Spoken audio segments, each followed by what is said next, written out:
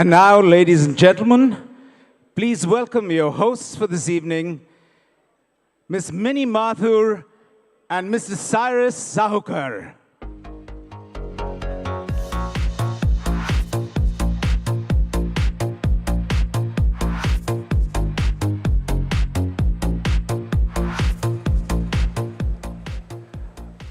All right.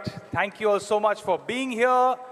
Good evening, ladies and gentlemen, and welcome to the 25th edition of the EY Entrepreneur of the Year Awards India 2023. Yes, ladies and gentlemen, you heard it absolutely right.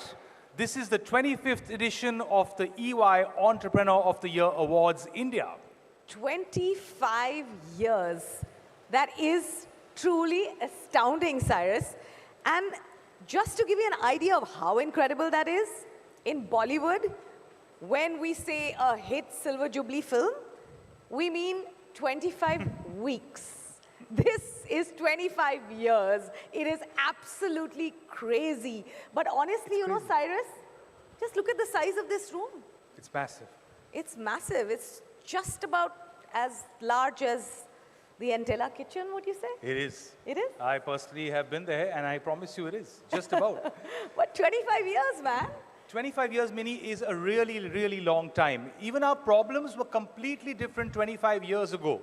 Like, we didn't worry 25 years ago or even know about how AI might be taking our jobs over. All we were really worried about 25 years ago was Y2K. Oh my God. Do you remember? Does anyone remember the fear of Y2K? Yes. I'm so happy you said yes, sir. Very few people. And Minnie, see, there are those Gen Z people in the startup section, which is over there. They are looking extremely blank. They're like, Y2K kya hai, bhai? What on earth is Y2K? Don't worry, startup people. Now there is no Y2K, and then there were no startups. So we're all even Steven. But Cyrus, what is Y2K? A nice one, Minnie, nice one, but I know your age. You were there. Yeah, fine. Okay, I remember Y2K, all right. You know, we were all so terrified that the 3.5 computers in this world would not know what to do when 1999 changed to 2000 because all the confused developers had only assigned 2 digits to every year, and we were absolutely terrified that all the planes are going to fall off the sky or something. No, but the thing was, at that point, I don't know if you all remember Y2K very well. There were conspiracy theory documentaries. They said the Inca calendar had like shut down. The world was going to end. And I was ready for the world to end. So I sold my house, had a massive fight with my boss, blew up all my money, gave my kids up for adoption. And then the world didn't end. And now I'm living with those people, and it's 25 years, and they remind me every day. So that was a bit of a disappointment. I think that serves you right. But honestly, EY really needs to be commended, at least for these awards and for sustaining them for 25 long years. How about that? That is correct, because these are the world's business awards, celebrated in 60 countries and 145 cities, a unique global program to recognize entrepreneurial achievement. And before we kick off this glittering evening, I would like to take a precious moment to thank our gracious and wonderful program sponsors, IDFC First Bank. Thank you all so much for your support. Let's give them a huge round of applause. Come on, everyone. We can do better. We must make this evening a fun and noisy affair. And with that, to kick off this wonderful event, I would like to invite on stage the Chairman and CEO of EY India, Mr. Rajiv Memani.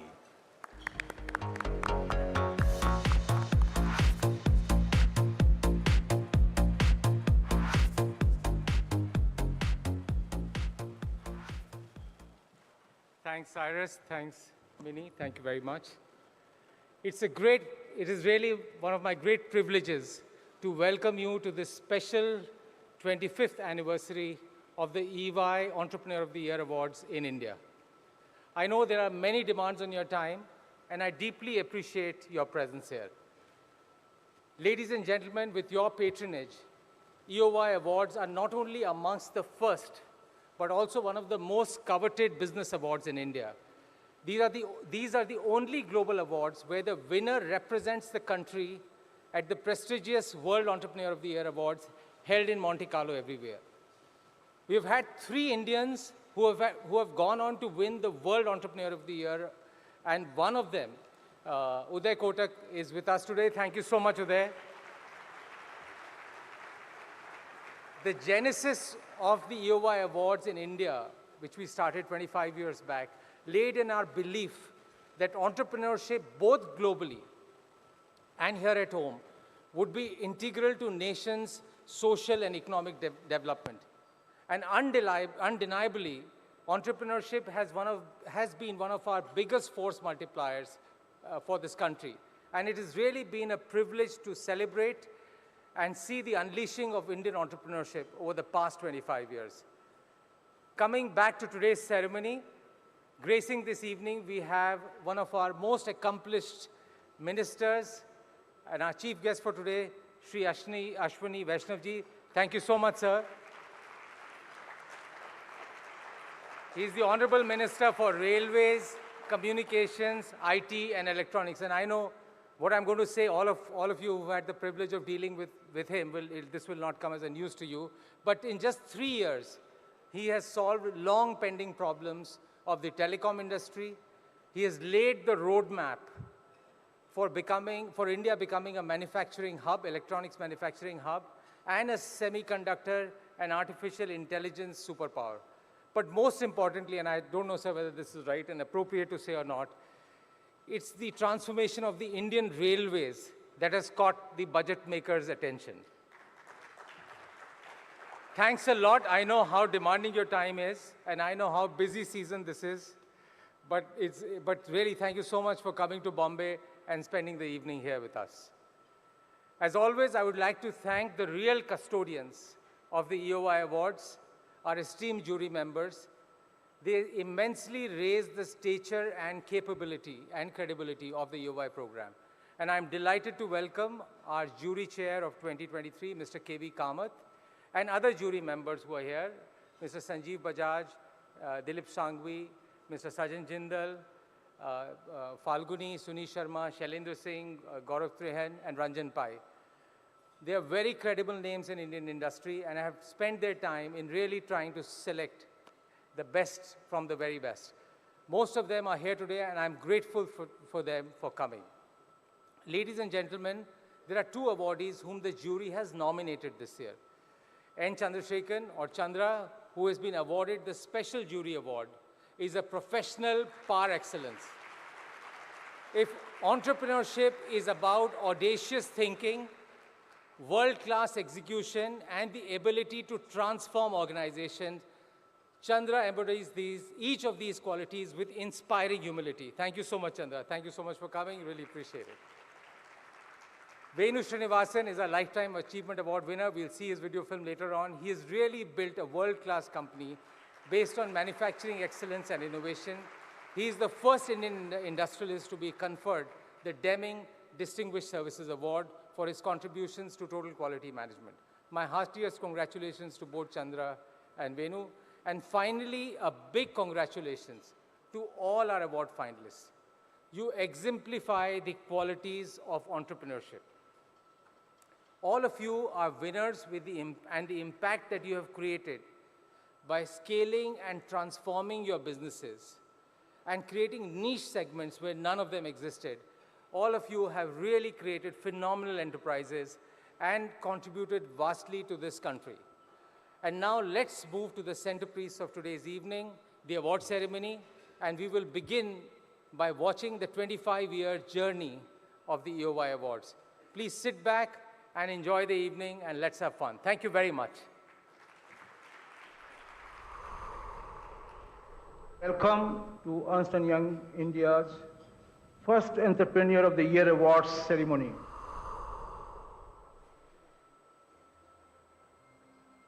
"25 years. 25 years ago, India was a very different country. A nation still striving to emerge into the modern world.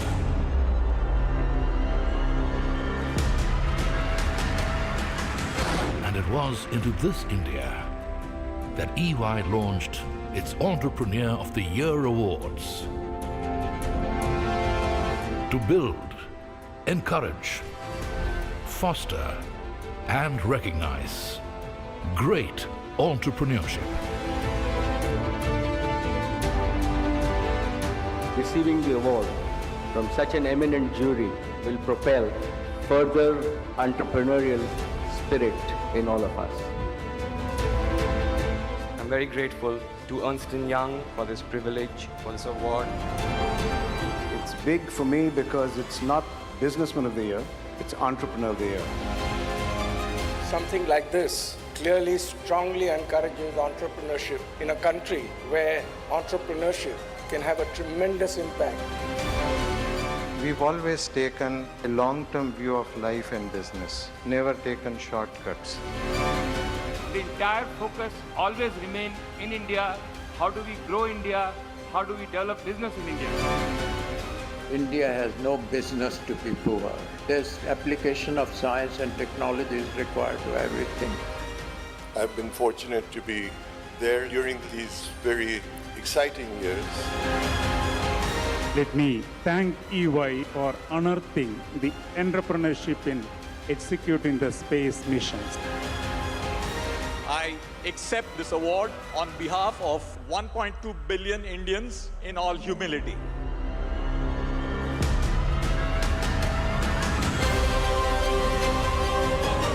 There are 500 reasons why you shouldn't do it, but there is one reason why you should. Figure that out and you'll make it. If we can create a platform that enables 100 to realize their entrepreneurial dreams is a huge measure of success. I'd like to dedicate this to the mavericks out there, to the misfits really. All the finalists, I can tell you that every one of them is an accidental entrepreneur.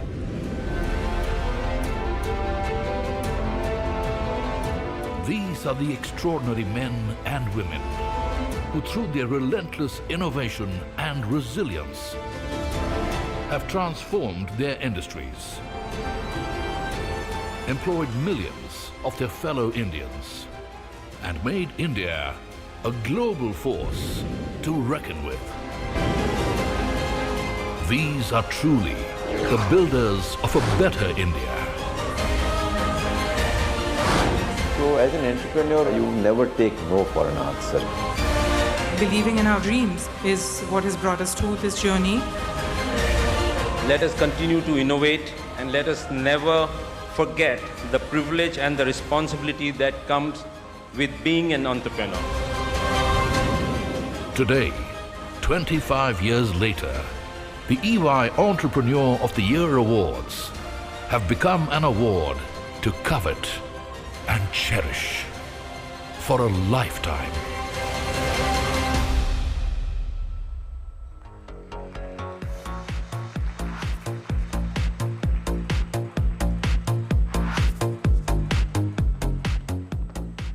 Thank you so much, Mr. Memani. And what a beautiful film, what a collection of gold over the years. Absolutely. You know, Cyrus, some of these winners have become even greater legends over time, if that's possible. And from the phones we use, to how we fly, to how we shop, how we transact, how we ride, live, eat, even take care of ourselves, these iconic entrepreneurs have had such deep impact on our lives. Absolutely. It's so true what you said.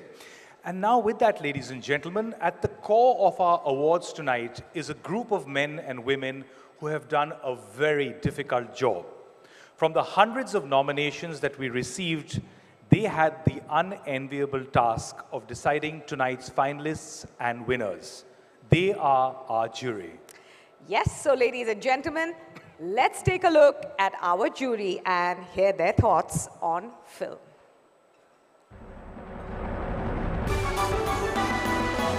EOI in 25 years that this recognition of excellence in entrepreneurship has been out there. It's contributing to what is happening in India, and our time is now.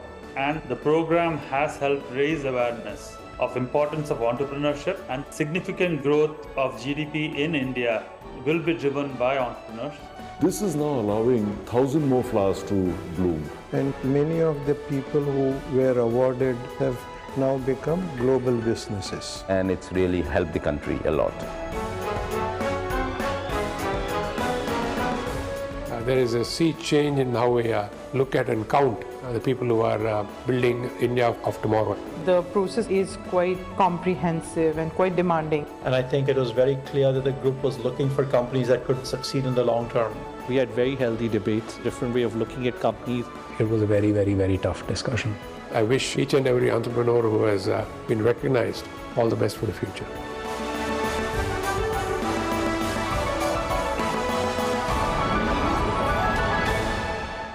Look at that jury. Could we have a round of applause just for the collection of such incredible people? The jury itself is like the who's who of India Inc.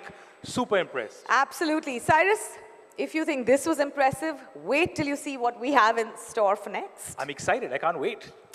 What we have next is a powerful conversation with a power-packed panel of guests. So please join me in welcoming the founder, Kotak Mahindra Bank, and the winner of the World Entrepreneur of the Year Award 2014, Mr. Uday Kotak.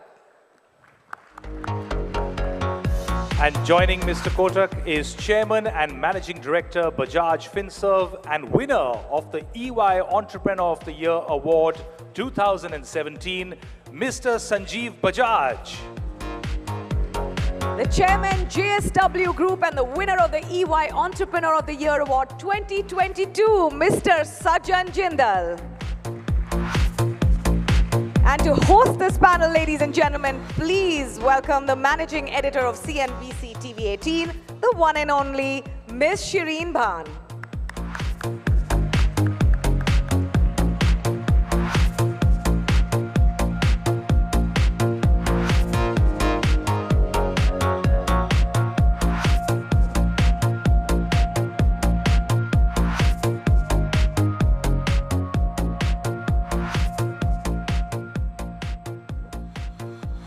Good evening, ladies and gentlemen. What is an absolute pleasure it is for me to be back here at the EY Entrepreneur of the Year Awards, celebrating 25 years of the awards. I think CNBC TV 18 has been part of the EY Awards pretty much from the start, from the very inception. And I think I've done about 17 of these, including watching Uday Kotak win the World Entrepreneur of the Year Awards at Monte Carlo. So, gentlemen, an absolute pleasure. Many, many thanks for joining us here this evening. Before I talk to you about your lessons from entrepreneurship, since we are talking about building a better India, let's start by talking about the bet on India. And Mr. Kotak, I'm going to start by asking you, what we are seeing at this point in time is a surge in confidence. You talk to a domestic CEO, you talk to a global CEO, everyone seems to suggest that India is the place to be. This is going to be our year, our decade, our century. Take your pick. But if I were to ask you to identify for us the trends, the top 3 or 5 mega trends that give you the most confidence on why you believe we must have conviction in the India story. Thank you, Shireen, and it's great to be here at the EY Awards, though in a different role. So I think the India story has to start with leadership.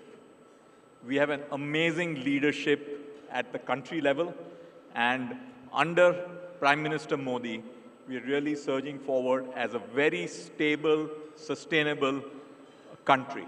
I think that's extremely important for sustained growth of a country. And I would say that as the #1 point. In addition to that, I think India has positioned itself beautifully in the global geopolitical scene. We have friends at the same time with most countries. At the same time, we have our own interests in every respect. I've never seen the kind of attention and the presence India gets on any global table today. Never before. And I think this is a good harbinger for how we can take on a global leadership. Third, India has handled COVID outstandingly and positioned ourselves to a situation where we have a solid macroeconomic stability, a sound improving fisc, and a controlled current account. So all the fundamentals for India to take off are in place. And combine this with a much greater focus on building a sustainable growth as distinct from hit and run is something I believe truly. And Indian entrepreneurship is for us all to see in this room how wonderfully Indian entrepreneurship is flourishing at this point of time.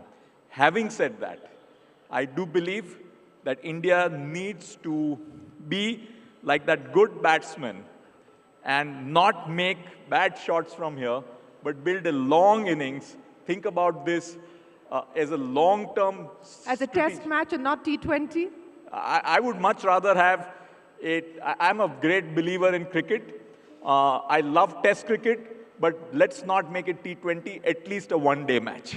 Okay, all right, but Mr. Kotak, I have a follow-up question for you. You know, you talked about the fundamental reasons why you believe we are in a good place at this point in time. Let me ask you about the financial sector. Things are looking a lot better. There has been a significant cleanup. The balance sheets are strong across the banking sector. But do we have enough wherewithal within the Indian banking sector to drive and fuel the kind of growth that we aspire for? See, first, Shireen, I must say, and I must give credit to the government and to all our policymakers, including the RBI, for actually navigating the ship through very troubled waters, particularly in the last few years. COVID, oil shock, Russia, Ukraine, India's macroeconomic stability is phenomenal. We've also cleaned up the balance sheets of banks and financial institutions. I also see a long-term trend of a country of savers becoming a country of investors. That's not good news for banks, though. You're going to fight very hard for deposits. I am a believer that financial services is an intermediation game. So in case you forget, in addition to banks, we are into asset management, broking, insurance, and everything else. Therefore, we have a holistic view about the future of financial services. So we have many, many things going for us. And we really now need to focus on structured capacity building in the financial sector for us to take off and actually be able to support Sajan Jindal, Chandra, and many, many other entrepreneurs and professionals to fuel India's growth and finance India's growth.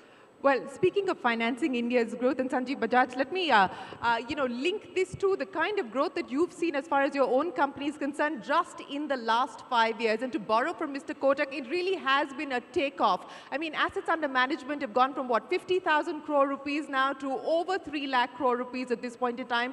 CAGR of 27.5%.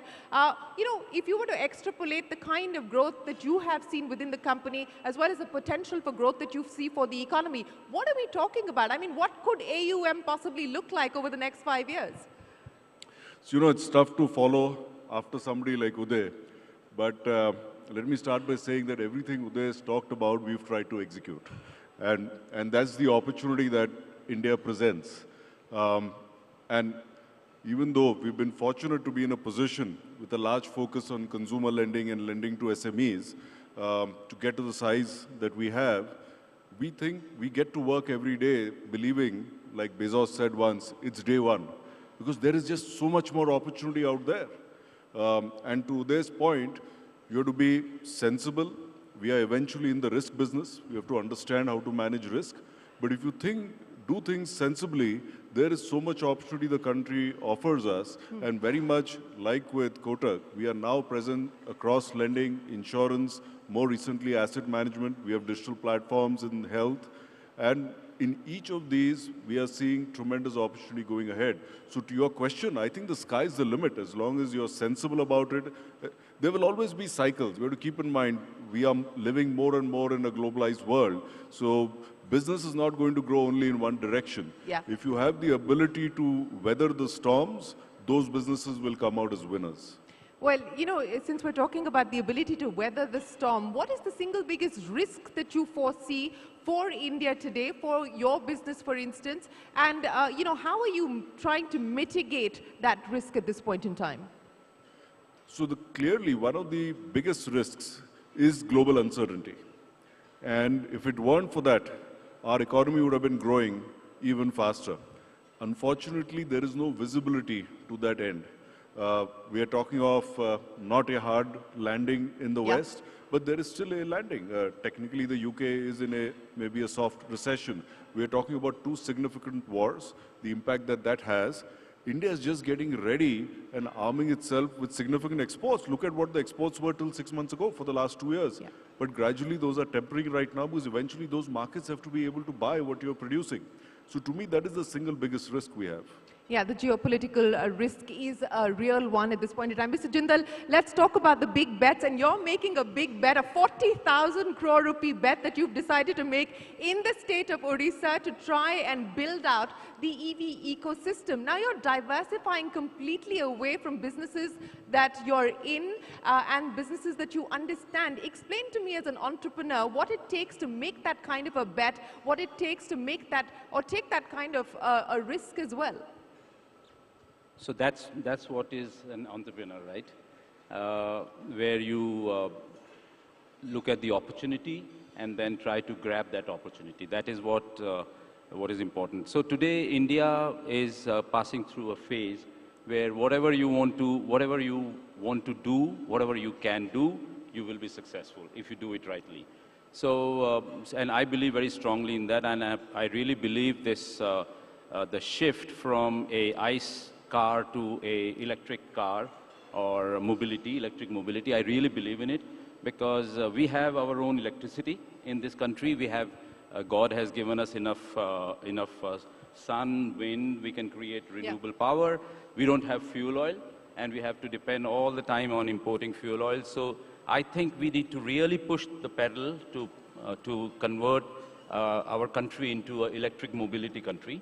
And in the world, probably we should be the first country, besides China, which should be becoming an electric mobility country. And that's why I thought that at JSW, we can do it very well because we have a lot of experience in building large projects very efficiently. So, so this area is a good, interesting field, new age. So that's why. So, you know, what are we talking about? 40,000 crores over the next few years. That is the kind of investment that you're willing to make to ensure that this risk pays off for you as well as for the country.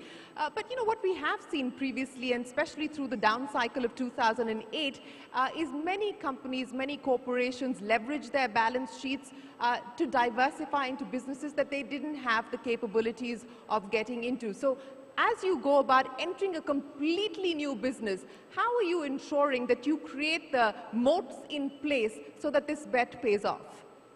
So there was a time when we took a big bet when we were building our first steel plant in the mid-90s, where we had a small company and we were taking up this huge investment because that was the phase when India was needing more steel, and therefore we were building that.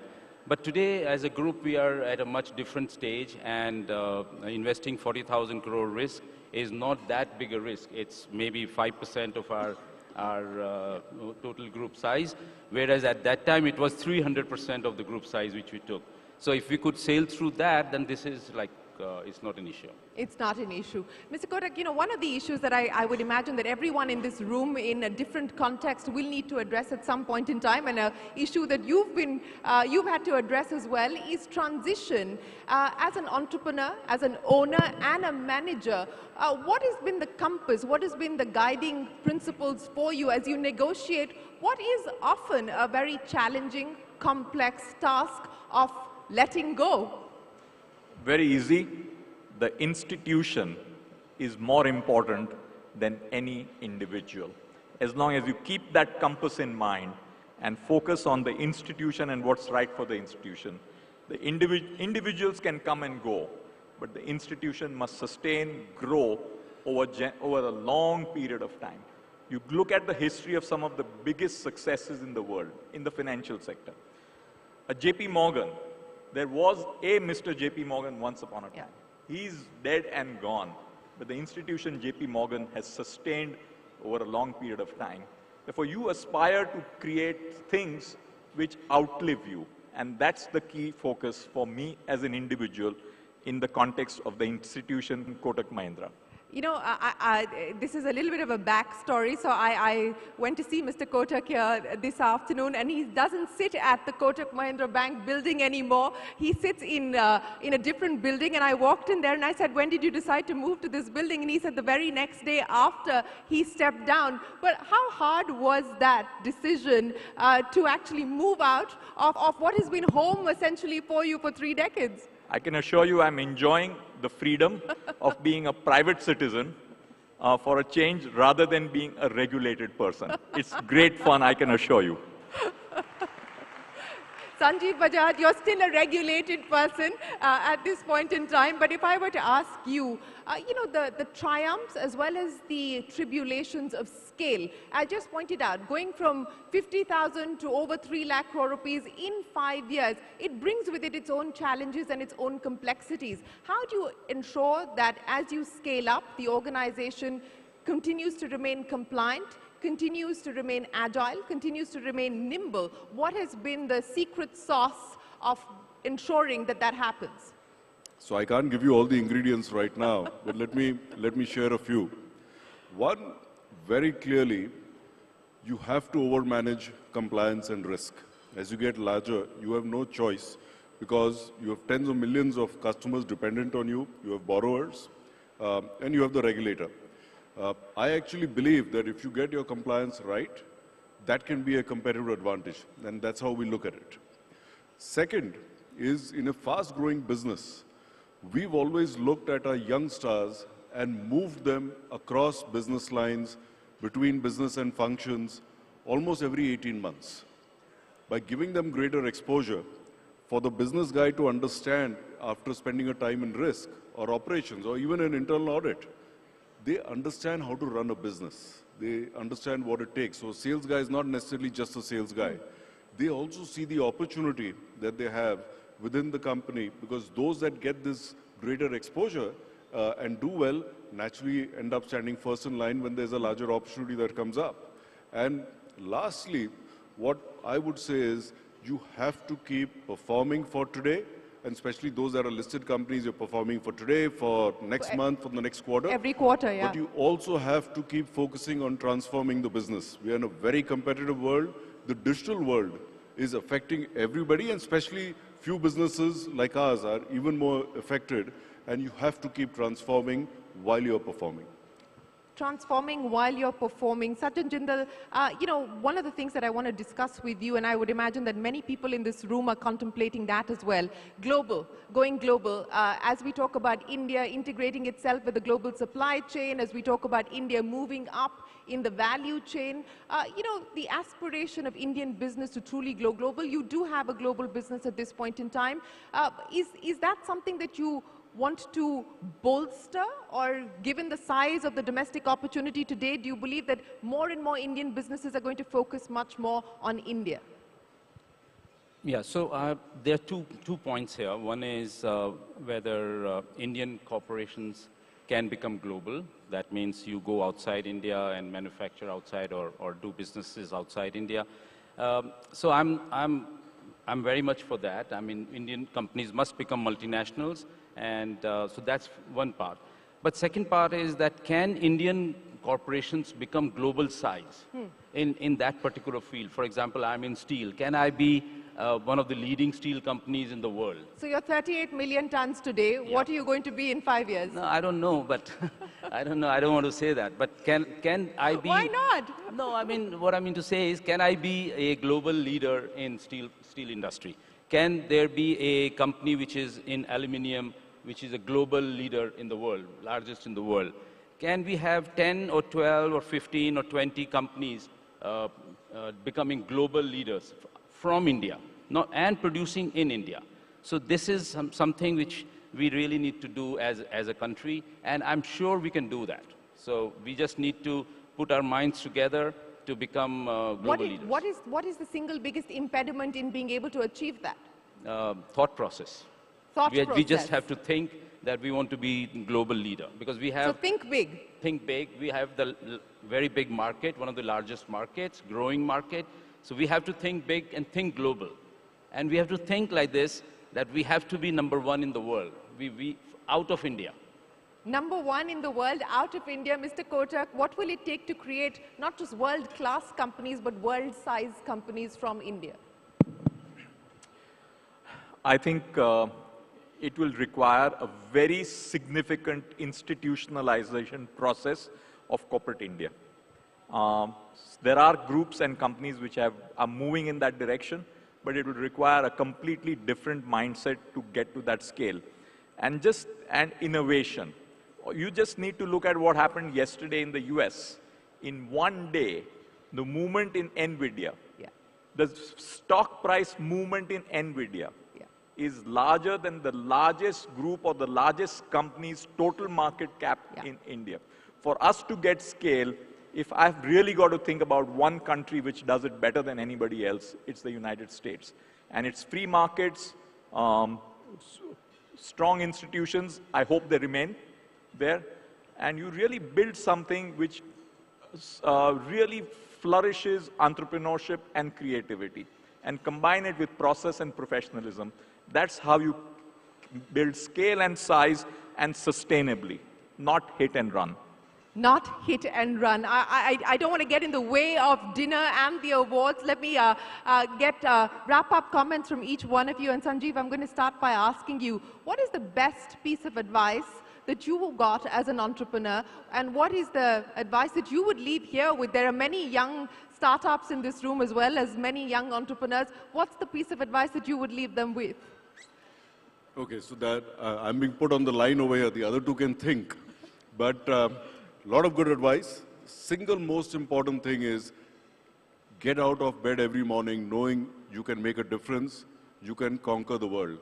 And even if you fail that evening, run your business ethically so you can go to sleep peacefully, waking up again the next morning believing the same thing. So you get a good night's sleep, I would imagine. Mr. Jindal, the best piece of advice that you got, or the best lesson that you've learned over the course of your career that you would like to share? For any son or daughter, the best advice comes from father and mother. So my dad always used to say that, you will go through ups and downs in business, and nobody can stop that. But you just stay focused and do with honesty and hard work, and you will be successful. So that was his advice, and I've always followed that. I've always stayed very focused on my task, and with commitment, with honesty, and that's where has given me the success. And I want to go back and link this to the point that you made about creating world-class and world-size Indian companies. Is that a target that you've set for yourself, that you want to be? Absolutely, without doubt. By when? By when is very difficult, but yeah, but maybe next 5-10 years. Next 5-10 years. Mr. Kotak, the last word to you, sir. And it's, after the global financial crisis, I was at the World Economic Forum on a stage, and Fareed Zakaria asked me a question. What do you think the bank of the future should look like? And this is what I said then, and I believe. The bank of the future must have, or a banker of the future, or any entrepreneur of the future, must have 3 human qualities. First is simplicity. Do simple stuff, don't complicate. Second, prudence. Don't do creative derivatives and stuff like that. And third, and the most important, is humility. You are not the master of the universe. You are there to serve customers, employees, and citizens of your country. That's the advice I would like to follow for myself and for all Indians. And it's held you in good stead, and I think that's very valuable advice that's come in from Uday Kotak, Sajjan Jindal, and Sanjeev Bajaj. I think someone that I deeply respect and admire said that an entrepreneur's job is to think about what nobody else is thinking in order to do what nobody else is doing. And many of you in this room exemplify and embody that spirit. Ladies and gentlemen, congratulations once again to all of the finalists, and thank you very, very much for joining us here this evening. Thank you very much.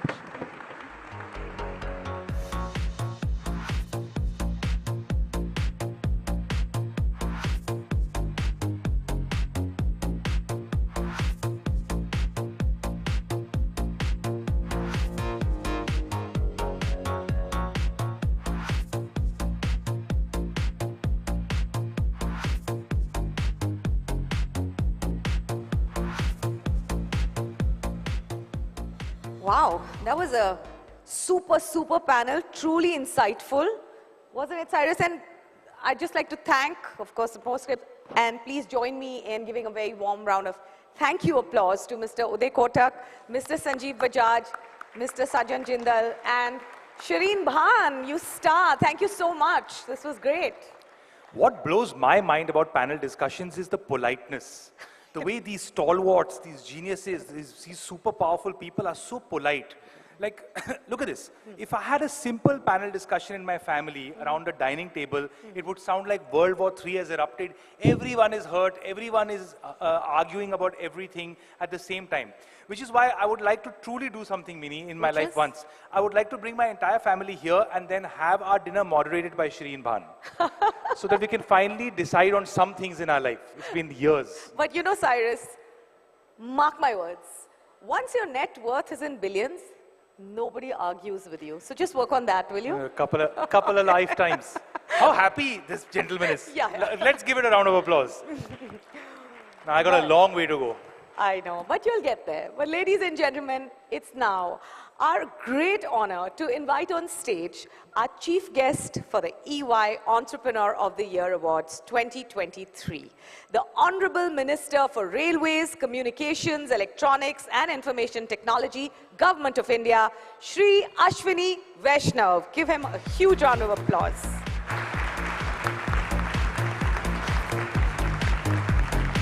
So we request you to please address the audience.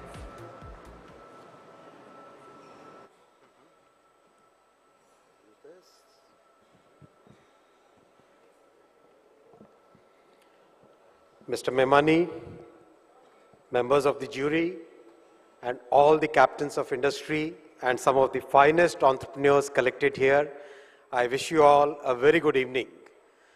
I would like to start from where the panel ended. The panel ended on a couple of things. One thing which I really marked from the panel was about mindset. And I would like to begin with that and quote one of my favorite quotes from Honorable Prime Minister Shri Narendra Modi ji's vision.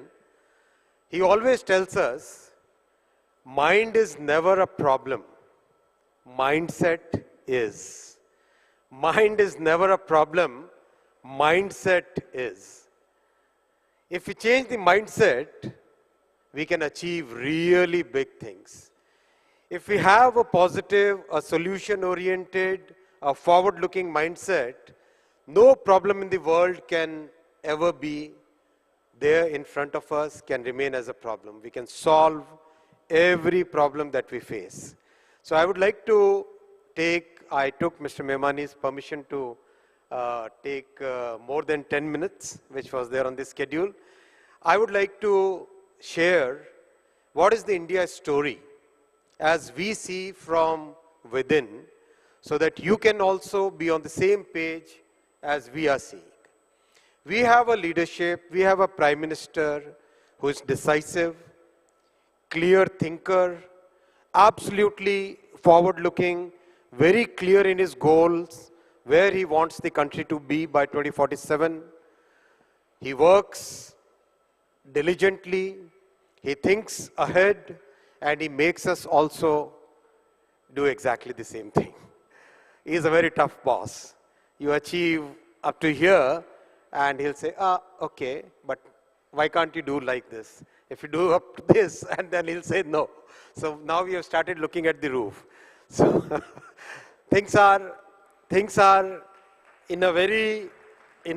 would like to say that things are in a very, very different orbit today. And the growth that we see today is a very well thought through economic policy making, very focused execution. I would like to spend a few minutes on that so that we all understand what's the thinking within the government. Today's growth story is basically built upon 4 pillars. The framework is a framework of 4 pillars. What are those 4 pillars? The first and foremost pillar is significant, serious, focused investment in physical, digital, and social infrastructure. You have seen our budget for CapEx from the government side in, let's say, a few years back, used to be somewhere like 2.5 lakh crore, 3 lakh crore. In 21 budget, our Prime Minister increased it to 5.5 lakh crore. In 22 budget, he increased it to 7.5 lakh crore. 23 budget, it was further raised up to 10 lakh crore. In the budget which was announced, presented before the Parliament recently, the capex day 11 lakh crore. It's not a small number, ladies and gentlemen. We have seen how the country used to even look for a project of 10 crore, people used to run here and there. Today, we have a budget of 11 lakh crore for capital investment, and this investment is going into physical, digital, and social infrastructure. I'll give examples of all the three. Physical infrastructure, you have seen the growth of highways. You have seen how the port sector has made new strides. You have seen how the transmission, electricity transmission network has really got modernized. And you have seen how the railway network has got it is getting totally modernized. I'll give a couple of examples from railway, telecom, and IT, the three ministries that Prime Minister has made me responsible for. In the railway industry, we are today investing annually in the order of 2.5 lakh crore. Last year's budget was 2,42,000 crore, and we are in the among the last few days of February. We have already achieved 88% of our capex plan for the fiscal FY 23-24. Few years back, 10 years back, this number used to be just about 20-25,000 crore. Next year's capex plan for railway is 2,52,000 crore. And the way industry and the government and the systems, the way reforms have happened, this looks totally achievable. And the results are in front of us. In the 60 years before 2014, just about 20,000 kilometers of railway network was electrified. In the last 10 years, 40,000 kilometers of railway network has been electrified. And that's like electrifying the network of Germany and Switzerland together. That much has been done in last 10 years. Last year we added 5,200 kilometers of new railway lines. That is like adding one Switzerland to the railway network of India. And this year we are adding one more Switzerland to the railway network of India. And next year's target is to build 6,000 kilometers. So 5,200 kilometers, 5,500 kilometers, 6,000 kilometers. And why that's important? That's important because we are growing at a consistent rate of 6 to 8% real and anywhere from 10 to 14% nominal. To cater to this kind of growth rate, our logistics capacity has to significantly increase. And as Mr. Jindal said, we cannot remain dependent upon imported oil for a very long period. We need to electrify our logistics. We need to move towards self-sufficiency. And railway is 60% less expensive 60% less expensive compared to highway and 90% less polluting compared to highway. So any sane policy maker would like to put more investment in railways, create more capacity in railways so that more and more traffic can be shifted. So today we are carrying about 1,600 million ton. This year we'll be doing about 1,600 million ton. And this number was just about 1,000 million ton 10 years back. So it's 50% increase, 60% increase in the last 10 years. And the way and the systematic way in which the bottlenecks are being removed, identifying them, removing them one by one, by 2030, we would be doing 3,000 million tons. That's the pace at which, that's the target at which we are working in a very, very focused way, very methodical way. In terms of digital infrastructure, you've all seen the rollout of 5G. World's fastest 5G rollout has happened in India. Our Prime Minister launched the 5G program in October 22, and here we are, just about 20 months from that time. Already we have 430,000 sites radiating 5G signals, and that is like adding the entire, I won't take the names, 2 large continents, 2 rich continents, adding the entire 5G network of these 2 large continents together, and we are more than that. So that's the pace at which we are working. We have already laid about 9 lakh kilometers of optical fiber cables, and in the coming few years, we would be doing another 7 to 8 lakh kilometers of optical fibers, taking optical fiber to every household, every village in the country. That's the pace at which digital infrastructure is being created. Semiconductor, which was a dream for the country for so many years, decades. Our first chip plant, Prime Minister Modi ji signed the agreement in June 23 during his state visit. September 23, the actual ground breaking ceremony, the construction starts, less than 90 days. And the world has noticed it. We can see at least 3 more announcements in the coming weeks, taking us to a totally new level of smart manufacturing, totally new level of high-end manufacturing. I'll come to the second part of the second pillar of this growth story. The second pillar of the growth story is about manufacturing. We all know that the first 4 decades of our economy, of our independence, when the entrepreneurial energy was so huge, that was all got tied up in a myriad of regulations, hundreds and hundreds of rules, hundreds and hundreds of archaic laws where the entrepreneurial energy was getting killed, it was getting stymied. Then came a period of reforms, but still the manufacturing sector was still tied up in multiple different issues, and it could not really come up. We grew up as a services economy, but manufacturing was still a very small part of it. 2015, Prime Minister Modi ji launched Make in India program.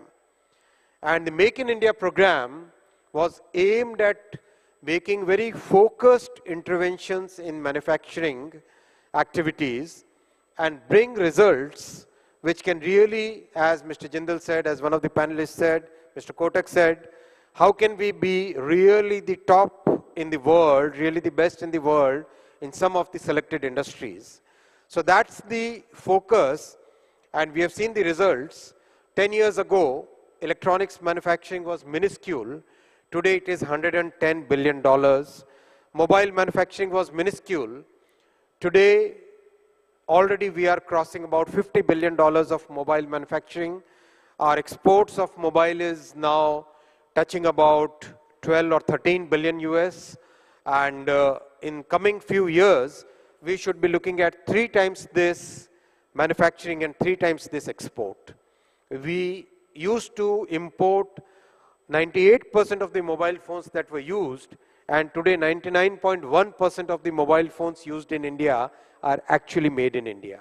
So that's the result of focus on manufacturing. I know that there are some experts and some economists who say, don't look at low-end manufacturing, just look at services component of manufacturing. I don't agree with that. I don't think it is this or this. It is basically this and this. So services and manufacturing, low-end manufacturing and high-end manufacturing.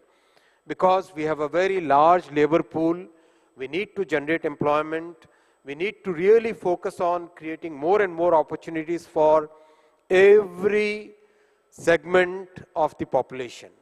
That's the second pillar, very huge focus on manufacturing. And friends, I can share with you, in Prime Minister Modi ji's third term, it's going to be a serious effort at further big focus on manufacturing the entire gamut, whether it is consumer items, whether it is defense production, whether it is electronics, whether it is large machinery, whether it is capital goods. Manufacturing is going to take the center stage in Prime Minister Modi ji's third term.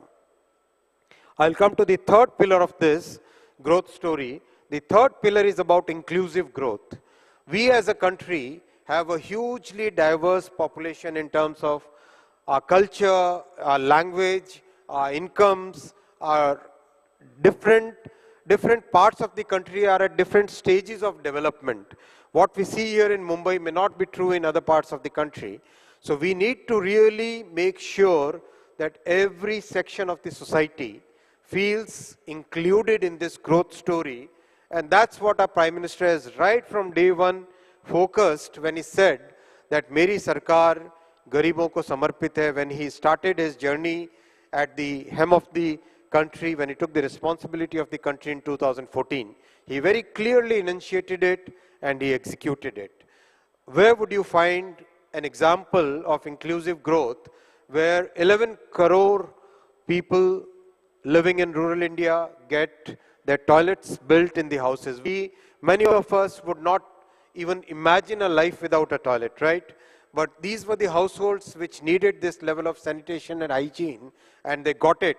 Imagine the size of this. This is like the entire population of Japan getting a toilet constructed in their home. That's the magnitude of this. 80 crore people are getting basic food grain every month. That is like the population of Europe and the population of US put together. That's the magnitude of food security which is currently happening. 10 crore people changed their cooking habits from wood-based cooking to gas-based cooking, and that brought such a big empowerment in people's lives, such a big change in our women folks' life, huge, very, very big difference in terms of the quality of life. And that is 10 crore is like, once again, the whole population of Japan. That's the magnitude at which many of these social welfare schemes have been executed, thought through, and systems have been created where the people living absolutely at the bottom of the pyramid are getting opportunities. If there is a good example which can be placed in this forum, I would like to put the example of Swanidhi, how inclusive things can be. Swanidhi is a program where the street vendors, nobody used to think about them till Prime Minister Modi came in power. They today get a loan of 10,000 rupees as the first loan without any collateral, without any guarantees being given. That is Modi ji's guarantee for them that their lives can also improve. And that guarantee is today felt by 60 lakh street vendors. I've interacted personally with so many of them. They get first loan of 10,000 rupees. Once that loan is repaid, they become eligible for 20,000 rupees. If that is repaid, they become eligible for 50,000 rupees. Imagine a micro entrepreneur who was getting working capital at 60% annualized rate, getting working capital at 12% or 10% or 9% or 7% annualized rate. Imagine the change that happens. That's the change which is right now happening in the country, across the country, at the bottom of the pyramid. And that's the inclusive growth story which today is being noticed by the world, and the results are in front of us. In the last 10 years, 25 crore people have come out of poverty. 25 crore people have come out of poverty. Gone are the days when the leaders used to just give Garibi Hatao ka nara and there was no real work on the ground. This is the leadership which believes in making a big difference in people's lives and focusing, creating programs around that and actually executing those programs. So that's the third pillar of our growth story, inclusive growth. And the fourth pillar, final pillar, is huge amount of simplification. Huge amount of simplification. We have seen the telecom bill, the telecom sector or sector as modern as telecom was governed by a law of 1885 vintage. Had that been something else, vintage, it would have been a very costly thing. But a law of 1885 governing today's telecom sector is something which was unbelievable, unthinkable. Our Prime Minister took that challenge, got a brand new 2023 Telecom Act. Same story has repeated in sector after sector. 1,500 archaic laws have been repealed from the statute book. 40,000 compliances which were identified by a group of the industry, they have either been simplified, digitalized, or permanently removed from the statute book. That process of simplification is visible today. We have a totally new framework for new economy, and that process of simplification is going to continue in Prime Minister Modi ji's third term. My request to all of you is to please carry this message to every possible forum that you interact with. This is a growth story which is thought through, which is clearly focused on making our country a developed nation by 2047. This is the foundation that Prime Minister Modi ji is building for a very robust, sustainable growth story. And if you have to take one final takeaway from whatever I'm saying, please take note. With 95% confidence interval, with 95% confidence interval, you can see 6 to 8% real growth, 10 to 14% nominal growth in at least coming 10 years. 6 to 8% real growth, 10 to 14% nominal growth. So please plan your business plans, please make your strategic plans, please mold your capex plans according to this parameter, because if you don't do it, if you fail to take note of this, you will be missing out from this growth. Thank you very much.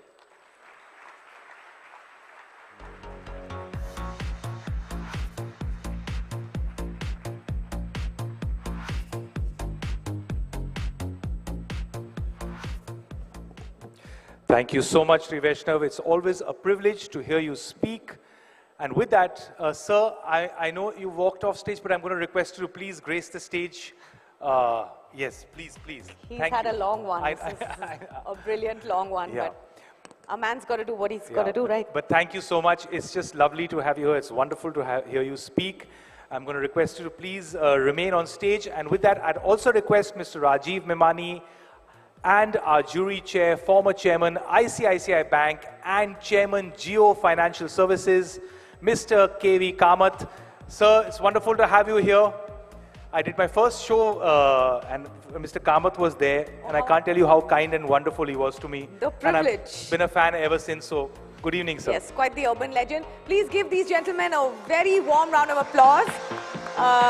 They're going to be having their work cut out for them. Ladies and gentlemen, we now have our very first award for this evening, and it is a very special award.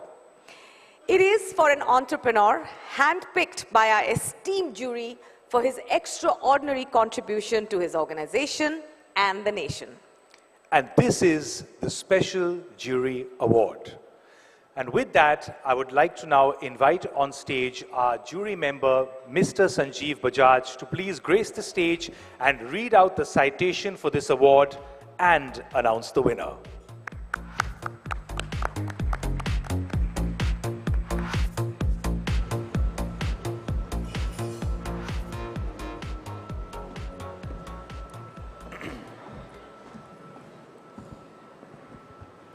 Good evening. This exemplary leader leads a business group that is interwoven with the very fabric of India's economy and society. He is the torchbearer of a towering legacy of entrepreneurship, philanthropy, and compassionate capitalism. that goes back more than 150 years. He's now scripting the next chapter in the history of this iconic conglomerate. He is none other than N. Chandrasekaran, widely known as Chandra. Woohoo! Under his remarkable leadership since 2017, the combined market cap of the Tata Group has doubled from $170 billion to an astounding $365 billion. Just like him, Chandra's strategy has always been simple yet bold. He has focused on strengthening the core businesses, building scale, and solving the big problems while creating and empowering a strong team. In sync with the Tata ethos of aligning business with national interest, he is spearheading the group's expansion into strategic industries, whether defense, advanced manufacturing, new energy, electric vehicles, 5G, electronics and semiconductors. Chandra is truly a builder of a better India, both through his leadership at the Tata Group and through his contribution to the larger national cause. Conferred the Padma Bhushan in 2022, his exemplary leadership of the B20 last year was also widely acclaimed. Let's put our hands together for N. Chandrasekaran, Chairman Tata Group.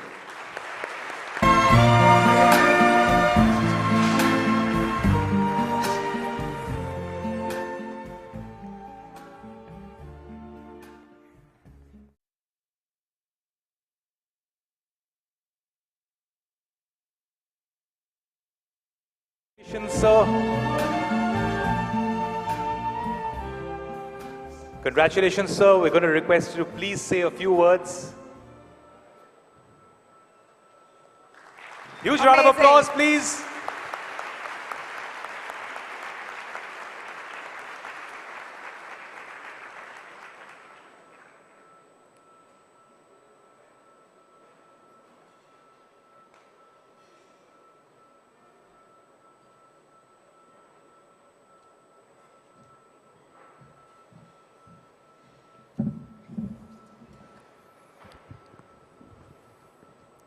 Minister Vaishnav, Rajiv, Mr. Kamath, Sanjeev, members of the jury, friends, ladies and gentlemen. I'm truly honored to receive this special jury award on this wonderful platform. Let me first thank Ernst & Young and the jury for considering me worthy for this special award. I would also take this opportunity to thank all my colleagues in Tata Sons and the Tata operating companies who are partnering in driving an enormous transformation in the group and in their individual companies. Rajiv today asked me to speak and share my thoughts on the global economy as well as Indian economy. I don't want to take too much time, but I do want to make a few points. First, let me start by saying that the global geopolitical structure is shifting. The role of US and India and US and China is changing, and India is finding its place in the global architecture. Geopolitics combined with the supply chain resilience is clearly placing opportunity at the hand of India to lead in many, many places. While the global economy is definitely looking better than a year ago, definitely in terms of the growth stabilizing around the same 2.7%, and the inflation significantly dropping from 4.2% last year to around 2.8% projected for 24. Still, India is the bright spot. For the fourth year in a row, we will be the fastest growing economy of any size. All indicators, whether it is car sales, whether it is power demand, whether it is tax collections, steel consumption, domestic consumption, are clearly indicating a very, very sound economic activity. I do want to touch upon 2 points just to support the minister's remarks, especially on manufacturing. There are clearly 3 major trends that is shaping this decade: AI, supply chain, and energy transition. In all these 3 trends, India has the opportunity and extremely well placed to be a global leader. On AI, we produce about 2.2 million STEM graduates every year, which is 1/3 of the global talent that is required for artificial intelligence. If we can only leverage that, the adoption of AI will add an estimated 1.2 to 1.5 trillion to the GDP during the course of the next 7 years. On supply chain and manufacturing, there is absolutely no doubt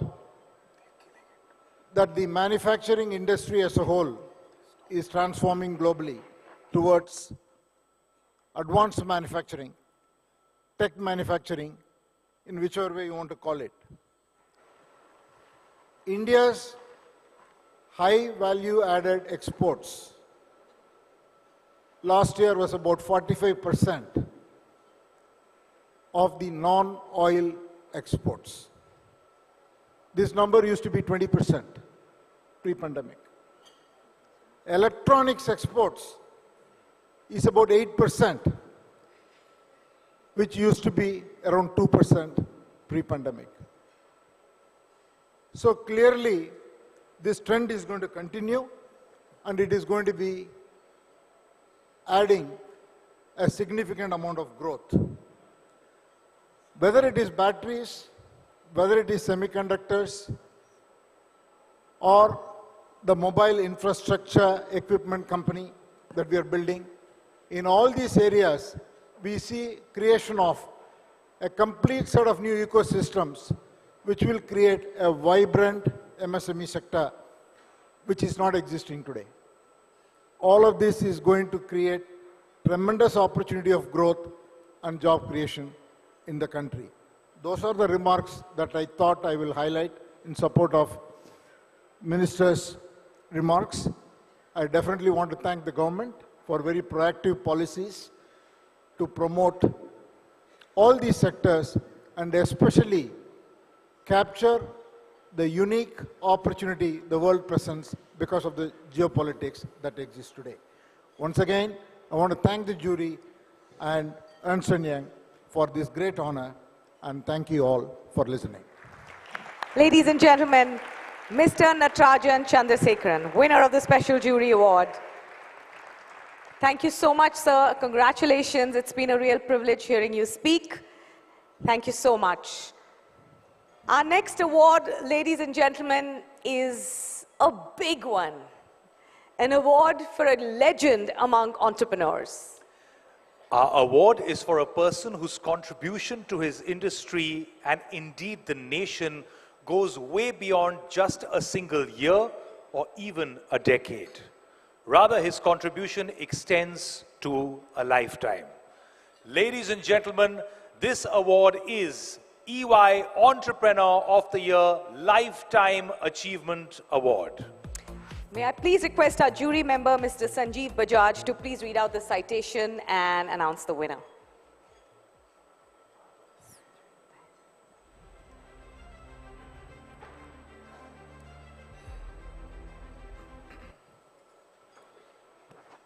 The winner, Mr. Venu Srinivasan, is the doyen of India's two-wheeler industry and the man who first brought total quality management into Indian manufacturing. Through his strategy of diversification, technology transformation, and nurturing long-term tie-ups with global majors, his company, TVS Motor, has become the third largest two-wheeler manufacturer in India and one of the first to foray into e-mobility in India. You can also see competitors work together and can congratulate each other. A torchbearer of Make in India, his other companies, including Sundaram Clayton, are global leaders in automotive components. Under his leadership of over 2 decades, the group has grown to 30,000 crore in revenue with a global footprint and won several industry and international awards. Beyond the boardroom, he has profoundly impacted lives in over 2,500 villages through a trust he established. His commitment to improving society has ensured that Sri Ratan Tata persuaded him to become the vice chairperson of the Tata Trusts. A recipient of the prestigious Padma Shri and Padma Bhushan, he has made indelible contributions to the country's economic and social infrastructure. Ladies and gentlemen, may I request a big round of applause for Sri Venu Srinivasan, Chairman Emeritus of TVS Motor Company. Thank you so much, Mr. Bajaj. But before we invite Mr. Srinivasan to stage to receive his award and say a few words, we have a small film paying tribute to his career. Take a look. Before taking over the reins at his family's two-wheeler business, Venu Srinivasan learnt about automobiles in an unconventional way. When I finished my matriculation, I worked as a mechanic assistant. And that taught me dignity of labor. And then I finished my MBA and I joined the business, normal, simple project manager. And within a year, my father passed on. I was pushed into the chief executive position. That was a very tough time. But Venu Srinivasan had to find his own route to take TVS Motor to the next level. In 93, 2 great mentors came into the company. We did a major turnaround. The whole company got involved. We were able to bring out constantly new products. And by about 2003, we had built a TQM company. And then we decided to part ways with Suzuki a few years later. With a lot of skepticism, we launched products. Some of those products faded away. Then we launched other products. But from 2010, we started becoming a global company. We came to a point that we could partner with BMW. Today, we are the world's 4th largest two-wheeler company. Venu took a hold of TVS Motor and actually shook it from its boots. Today, TVS Motor has 5 manufacturing facilities and serves 57 million customers in more than 80 countries. Venu Srinivasan sees an even brighter road ahead with the next generation taking over. Our goal ultimately would be to be the most sought after company by customers. It's people who build companies, not products. Ladies and gentlemen, the EY Entrepreneur of the Year Lifetime Achievement Award winner, Padma Bhushan, Mr. Venu Srinivasan. There you have it, ladies and gentlemen. And with that, I'd like to invite Mr. Srinivasan to please grace the stage and say a few words. Let's have a huge round of applause. Lifetime Achievement Award, ladies and gentlemen, EY Entrepreneur of the Year 2023.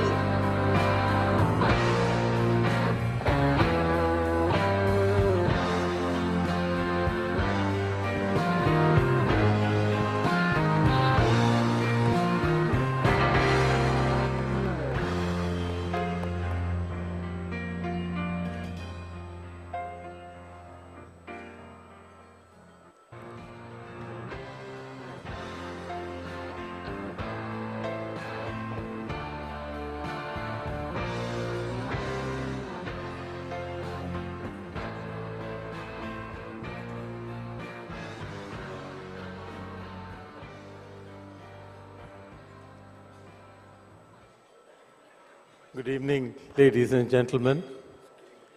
I'd like to first thank E&Y, Rajiv. I'd like to thank the Minister, my old friend, Vaman Kamath, and Sanjeev Bajaj. I must mention Vaman in a particular way. He appraised the moped project from ICICI many years ago. So it goes back a long way. Also, co-opetition is the way forward, Sanjeev. So I think we work closely. You saw my dear friend Sunil Munjal give a sound bite. So we work together as industry, and I think that is the way forward to build this country. But seriously, this company has been built by thousands of people who worked a lifetime to build it. I want to express my appreciation and grateful thanks to all of them who built TVS for generations.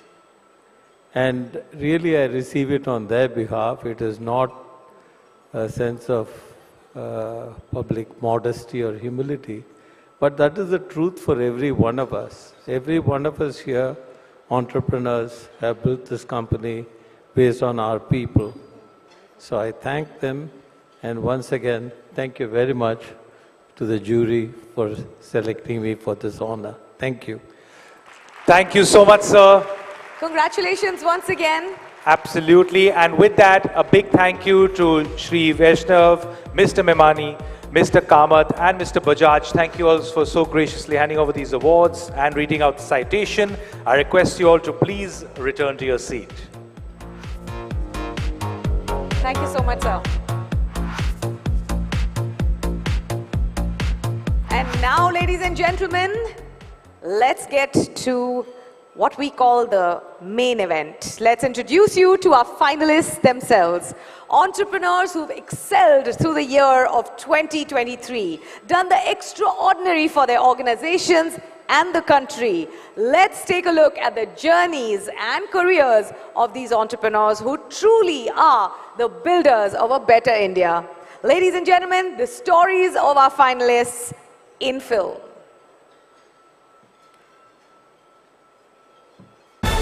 Born into an entrepreneurial family, Shahid Bhilakia joined his family business at what would become a major inflection point.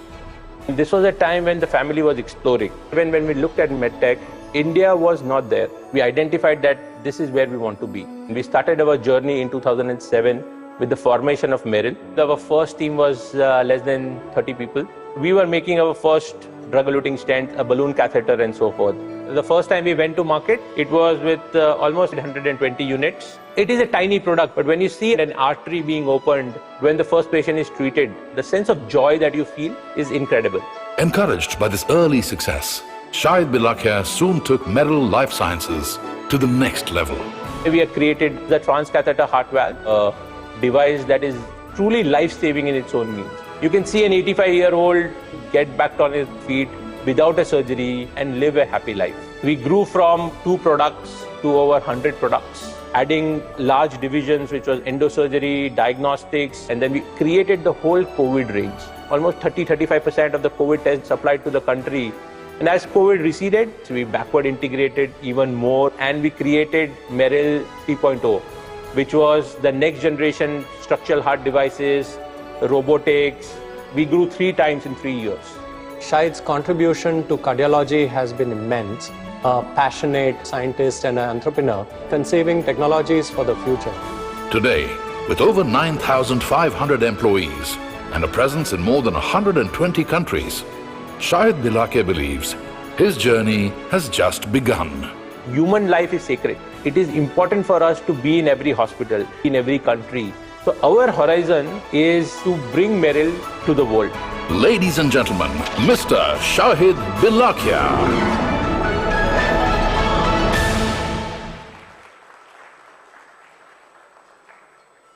With an engineering degree from IIT Kharagpur and an MBA from Southern Cross University, Australia, Prabhdas decided he wanted to serve his country. The aspiration is to serve country through the administrative service. I was involved in urban development. Lastly, I was in the Ministry of Petroleum as Joint Secretary. However, Prabhas's career suddenly took a different turn. Mr. Alan Mittal was looking for an opportunity in India. HPCL that time was looking for a partner. I was chosen to lead that organization called HMEL. And we were given a job to build a refinery in Bhatinda. We have to develop everything from scratch. I knew exactly who can really deliver. We produced nearly 9 million tons of petroleum products. We also took up then a major project of petrochemicals. Our purpose of reducing the import has really succeeded. Things which he has brought to the table, no other person would have been able to do it. Today, with around 2,000 people, with a refining capacity of 11.3 million metric tons per annum, and being the second largest producer of polymers in India, HMEL and Prabhas are poised for greater times ahead. We are going to get country self-reliant in this polymer business. Ladies and gentlemen, Mr. Prabhas.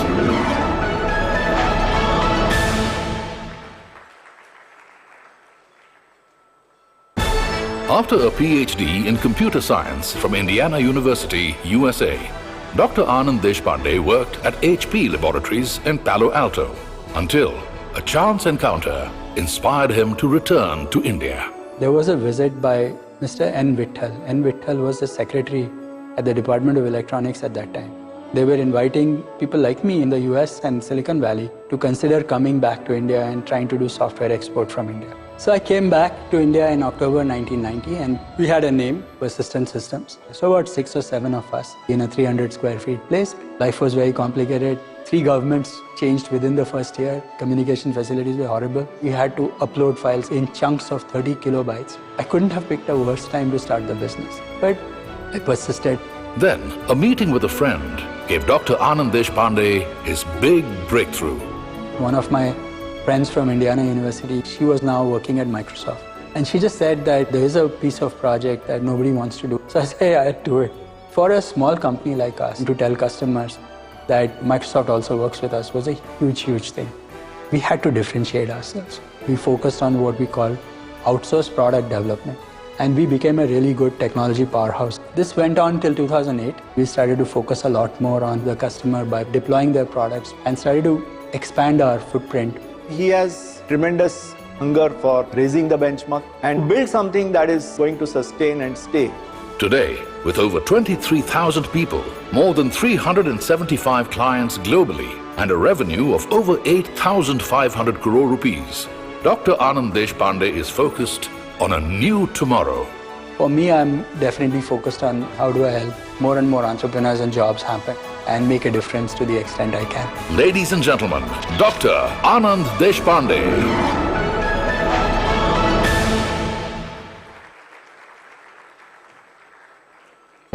Born in the small town of Muktsar in Punjab, Dipinder Goyal was not very good at his studies and not much was expected of him.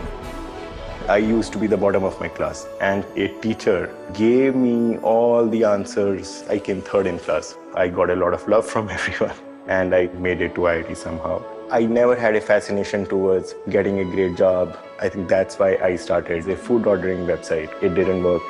When his first startup did not quite work out, Dipinder Goyal joined a consulting firm where he acquired the knowledge and the experience to do his next startup right.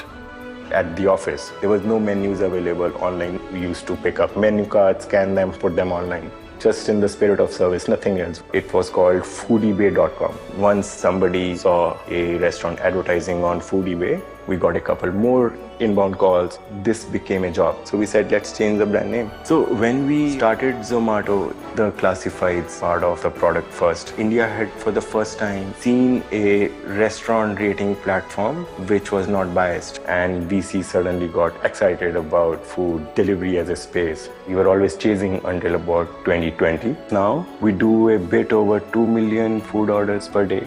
And then the Blinkit deal happened. Amazing growth after that. His ability to be audacious, that's the outstanding trait that he has.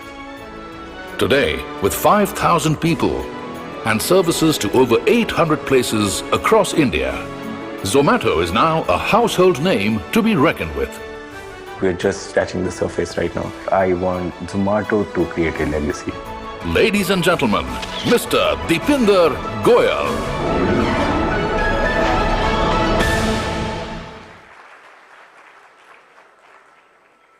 Born in Bihar, Sanjay Gupta joined his father's tube business at a very young age. We were in a debt trap. मैंने फिर अपने father से बात की, give me 1 year time, कुछ करके देखता हूँ. That time a company in Faridabad. मैंने उसे make a deal of 5,000 ton, almost 1 year production of my. I have no money in my pocket. Then I go to the customers. मैं आपको माल बना के भेजूंगा, आपसे पैसा लेके फिर उसको देता जाऊंगा. पूरी डील हम इस तरह से करेंगे. Back of my mind कि इसको कैसे पूरा किया जाएगा. Then there one foreman, मैंने उसको पकड़ा कि तू मेरा पाइप बना. तो वो रात पर पाइप बनाता था. पाइप का डिस्पैच शुरू होता था. सूरज की किरण नजर आ गई कि यहाँ पर रास्ता है. After years of struggle, the turning point for Sanjay Gupta eventually came in 2001.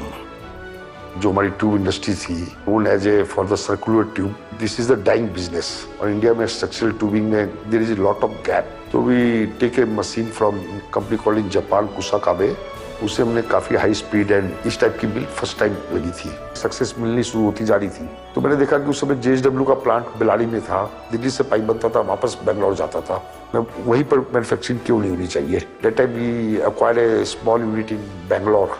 कहाँ से मैं बहुत एग्रेसिव हो गया. हमने स्क्वायर पाइप को सीधा ही शेप किया विदाउट राउंड ट्यूब बनाए हुए. Nobody is making the world this type of wide range. जिस इंडस्ट्री को किसी ने इमेजिन नहीं किया था, वो इंडस्ट्री उन्होंने क्रिएट की है. Today, with 11 facilities, selling more than 2.5 million tons of tubing, APL, Apollo Tubes, is one of the largest manufacturers of structural steel tubes in the world. But Sanjay Gupta is not content to rest on his laurels. हमारा vision बहुत clear है कि in the tube sector India का import zero. अगर vision होगा, you got the success. Ladies and gentlemen, Mr. Sanjay Gupta.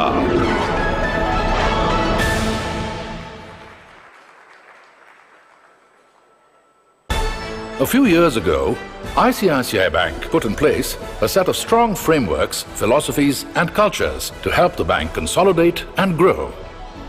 So our fundamental frameworks are around risk and governance. It's not only for the bank, but ensuring that none of our products gives a risk to our customer. This is like products which you can give to your brother or sister. Keeping the customer at the heart of it, what we call as customer 360, we have to ensure that the organization structure is aligned to 360. So then we started re-architecting ourselves. One bank, one team. Each one of us at the bank have a defined role, taking the entire bank to the customer. All of this has taken the bank to the next orbit. Our card ensures that we get an audience with almost every customer. Fair to customer, fair to bank. Customers are starting to get that confidence that the bank will be selling to them products only which are in their best interest. Every aspect of the society considers ICICI as a trusted brand. I, as we keep saying in ICICI, it stands for integrity. Today, thanks to this leadership, the bank's net profit has grown from 6,777 crore rupees in FY 2018 to 31,896 crore rupees in FY 2023. And the bank will continue to put its best efforts to serve all its stakeholders in the years to come. For us, nation building is all about economic growth. And we will try to support it as a business. The biggest opportunity is one of inclusion. It will propel our economy to a completely different height. Ladies and gentlemen, Team ICICI Bank.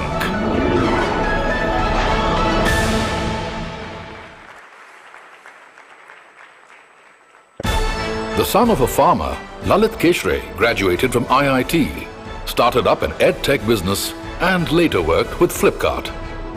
But it was something that started as a side interest that pointed him to his true calling.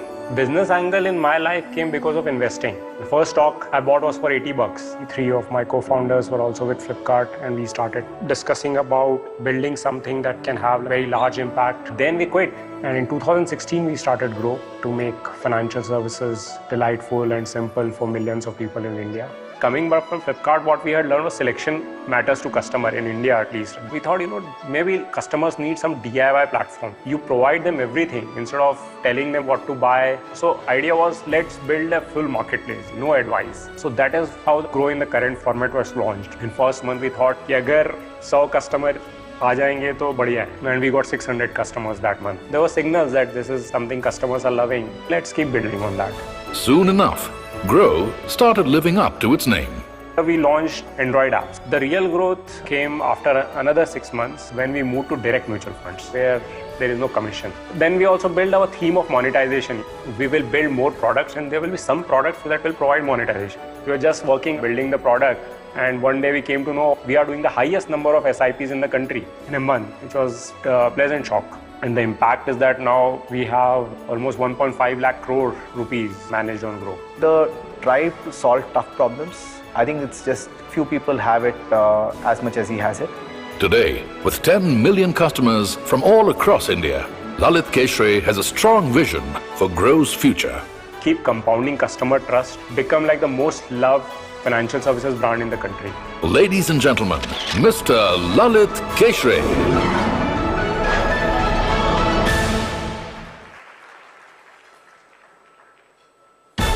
A second-generation entrepreneur, Rafiq Malik was thrust into his father's modest shoe business at a very early age. At the age of 16, my father made me start working at the Malia. Eventually, I was promoted to a salesman. I learned a lot, but I still wanted to do things differently. That is why in 1969, he allowed me to open my own store. I decided that I'm going to have no glass showcases. If a customer can't touch the product, how is he going to get delight from it? I needed to air condition the store. My father refused, saying, I will never let a customer push the door, so automatic door was created in that store.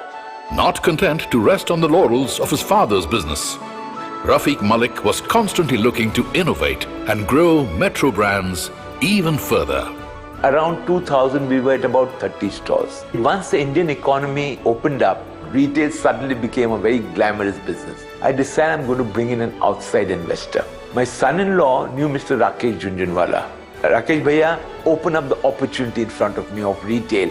We took a majority stake in a company called Metmill. Similarly, our association with Crocs, Fila, Foot Locker has also been with an idea of how do we address the customer needs better. Rafiq strives to make it a win-win game. I think it's his guts that aids his ability to become an amazing visionary. Today, with over 820 stores in 192 cities across the country, Rafiq Malik has even bigger dreams for the future. To really become the largest and best aspirational footwear and accessory retailer in India.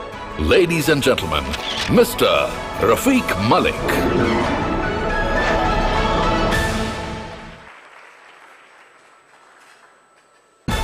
After a degree in mechanical engineering from Virginia Tech, Arun Nathani worked as a software design engineer in Chicago before packing his bags to return to India.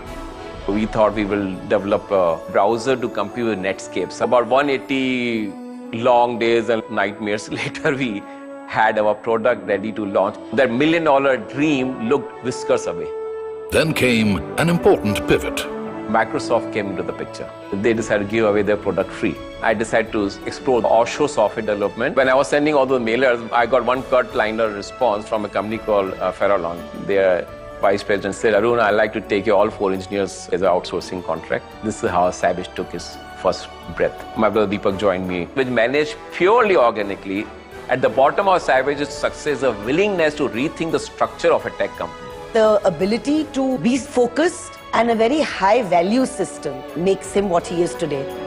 Today, with over 7,500 employees, over 18 global offices, and over 240 happy clients, Sybage and Arun Nathani are writing their own tomorrow.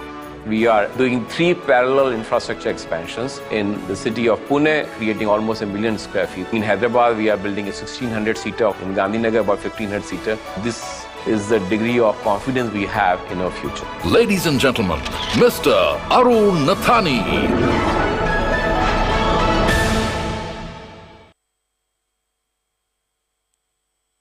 Born into different circumstances, Alak Pandey and Prateek Maheshwari were eventually drawn to a common destiny. घर की financial condition इतनी अच्छी नहीं है, mechanical engineering मैंने लिया, drop out हो गया। 2014 से मेरी स्टार्टअप जर्नी स्टार्ट हुई। That's how I started Pen Pencil. तो मुझे एक जगह काम मिला, डाउट सॉल्व करने स्टार्ट किए फिजिक्स के, खूब मेहनत की और मैंने कहा मैं YouTube पे पढ़ाता हूँ। 2020 में मैंने प्रतीक भाई को कॉल किया, ऐसा कुछ बनाना है बच्चों के लिए कोर्स, प्राइस मुझे कम रखनी है। I told him the students है उनकी expectation you will bring the most affordable course, try 999 pricing. उस मोमेंट मिल गया मुझे सही partner. Even Alak Pandey and Prateek Maheshwari could never have guessed at Physics Wala's meteoric success. करीब 25-30 हजार enrolment आ गए, single live classroom. पहले दिन हमारी क्लास क्रैश हो गई। After 7 days we redesigned the entire DevOps architecture. फिर वहां से बच्चों बताते गए, हम लोग उसको फॉलो करते गए। We made India's biggest classrooms. That's what we created. They were penetrating to students who could never aspire. That comes into being because of the founders in place. Today, with more than 60 lakh paid students and more than 4 crore students on YouTube from the remotest corners of India, Alak Pandey and Prateek Maheshwari are destined to an even greater future. We want to solve the problem of skilling. मुझे 10,000 की job देनी है एक बच्चे को। Ladies and gentlemen, Mr. Alak Pandey and Mr. Prateek Maheshwari.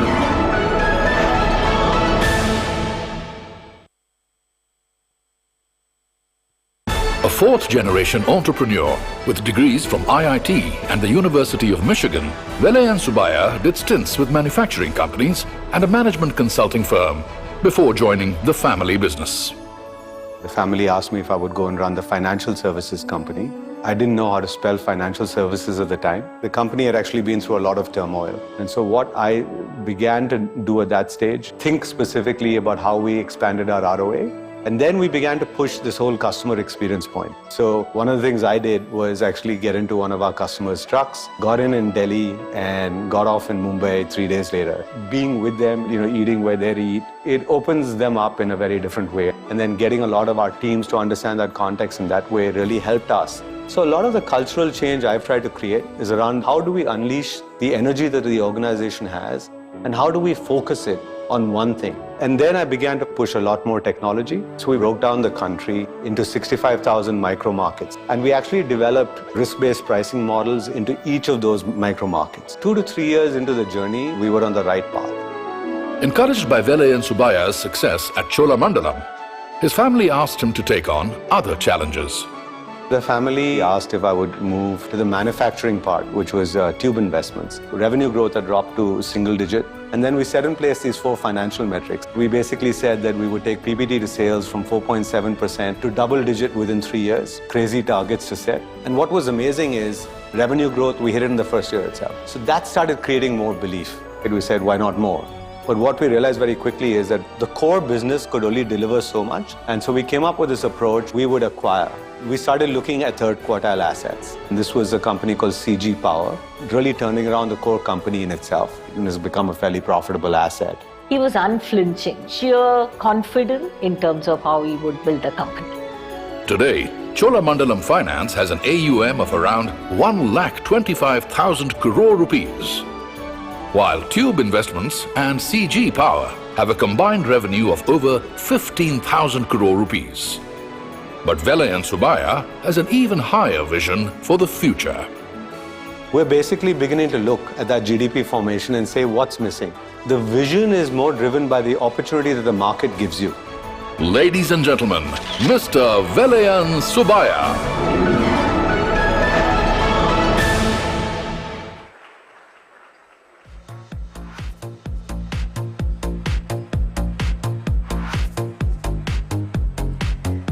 Wow, those were our finalists, Cyrus.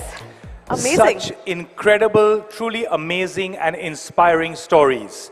Now together these finalists have combined revenues many of over rupees 14 lakh crore, market cap of over rupees 42 lakh crores and employ over 12 lakh 50,000 people worldwide. Just think about it. If they were to hand over just 0.001% of this in a little envelope to me, I'd just walk off stage. I'll be like, I'm done. Thank you so much. Yeah, these are really mind-boggling numbers. They are. You practiced hard, didn't you? Yeah, I did. I did, Mini. Right. Okay. You know what? I'm going to just now focus on the awards, and I would now request our chief guest, Shri Ashwini Vaishnavji, and Mr. Rajiv Memani, and our jury chair, Mr. K.V. Kamath, to please come back on stage to felicitate our inspiring finalists.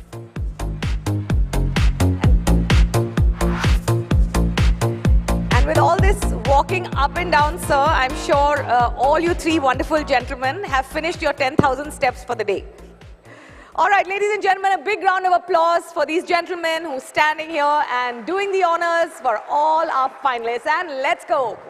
So for 25 years, the EY Entrepreneur of the Year Award has established itself as the preeminent award that every Indian entrepreneur covets. Being selected as part of this elite group is in itself a huge honor. And with that, we would now like to felicitate our finalists. Please welcome them on stage with loads of love and a huge round of applause. We will start with Mr. Shahid Bilakia, Microlife Sciences, Merrill. Please welcome him on stage. Brahm Das, HPCL, Mittal Energy. Anand Deshpande, Persistent Systems. Dipinder Goyal, Zomato. Sanjay Gupta, APL Apollo Tubes. Sandeep Bakshi, Sandeep Batra and Rakesh Jha, ICICI Bank. Lalit Keshre, Grow. Rafiq A. Malik, Metro Brands. Make some noise. Yep. Arun Nathani, Cybert Software. Alak Pandey and Pradeep Maheshwari, Physics Wala. And Velayan Subaya, Tube Investments, CG Power and Chola Mandalam. Can we have a warm, wondrous round of applause for our EY Entrepreneur of the Year 2023 finalists.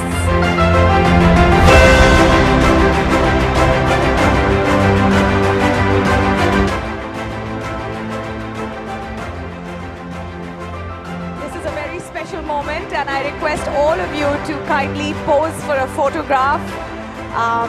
And while we do that, your trophies are going to miraculously teleport to your table.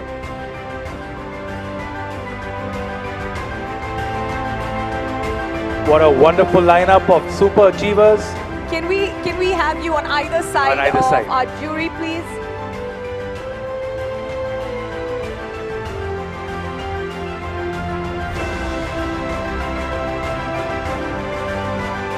Great. Ladies and gentlemen, meet our finalists of the EY Entrepreneur of the Year 2023, all in one frame. Thank you so much. Thank you so much, gentlemen. And before you can now take your seats. And before we proceed with the category awards, I would also like to let all of you know that after this event, we have a fabulous soiree in the foyer outside, so please do stay on for that. And now we have our first category of awards for this evening. Yes, Minnie, we do. But first, before we start with this category of awards, we would like to thank our wonderful program sponsors, IDFC First Bank. Ladies and gentlemen, please give them a thunderous round of applause. Thank you. And thank you, Cyrus. Thank you. Ladies and gentlemen, we are moving on to our first category award for the evening. This category recognizes and rewards individuals who have made our brave new world possible. And this category is Startup.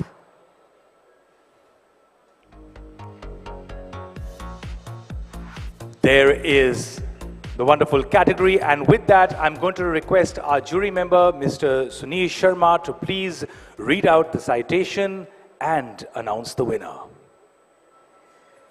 Good evening. Good evening, everyone. For the award for Startup category, you want me to come up?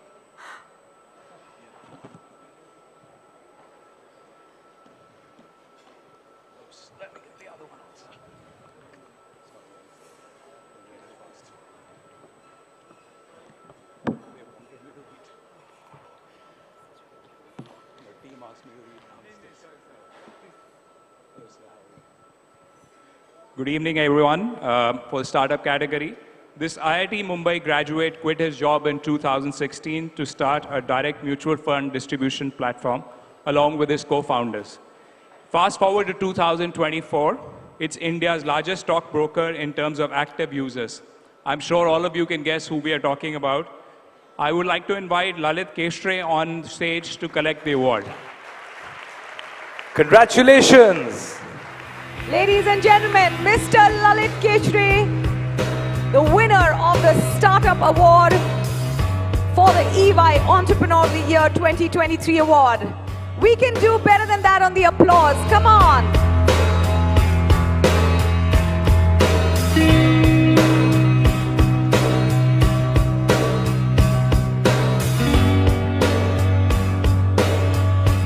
Congratulations, Mr. Keshre. This is wonderful, a wonderful, wonderful achievement indeed. And next, we are...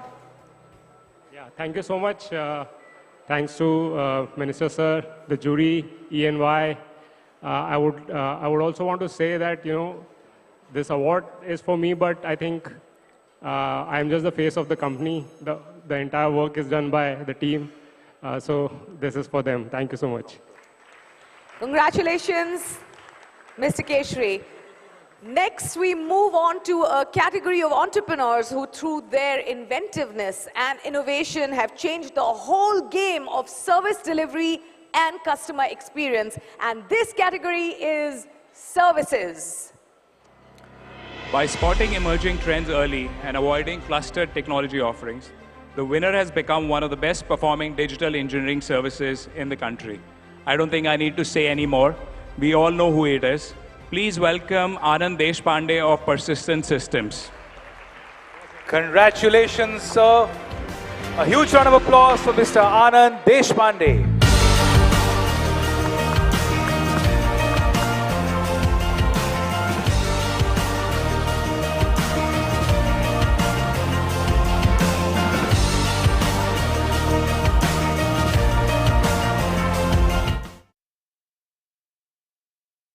Really honored to be here, and thank you, the jury, EY, for gracing me with this award. I'd like to thank the executive team, Sandeep Kalra, all the engineering team, and everyone who works at Persistent, now and over the years. Their contribution has made this possible. I'd like to thank my family members for their support. Thank you very much. It's an honor to be here. Congratulations, Mr. Deshpande, for winning the Services Award for EY Entrepreneur of the Year this year. Yes, sir. Congratulations once again. And thank you so much, Mr. Suni Sharma, for so graciously doing such a wonderful job and reading out all the winners and citations. Thank you, sir. You know what, Cyrus? I just love the next category, right? The next category is consumer products and retail. Ooh, nice. And with that, without further ado, I request our jury member, Mr. Gaurav Trehan, to please grace the stage and read out the citation and, of course, announce the winner. Round of applause, please.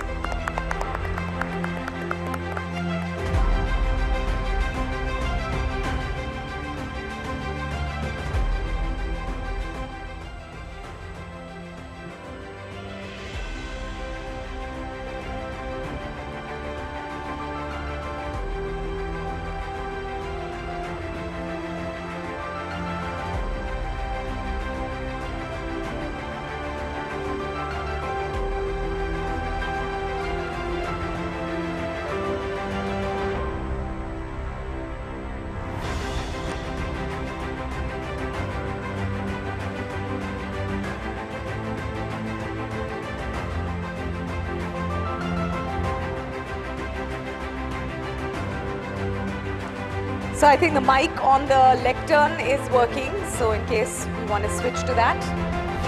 This mic was supposed to be handed over to me. It was politely switched off. I'm glad it stays with him, Cyrus. Yes, sir, the citation. We all know how hard it is to build consumer brands in this country.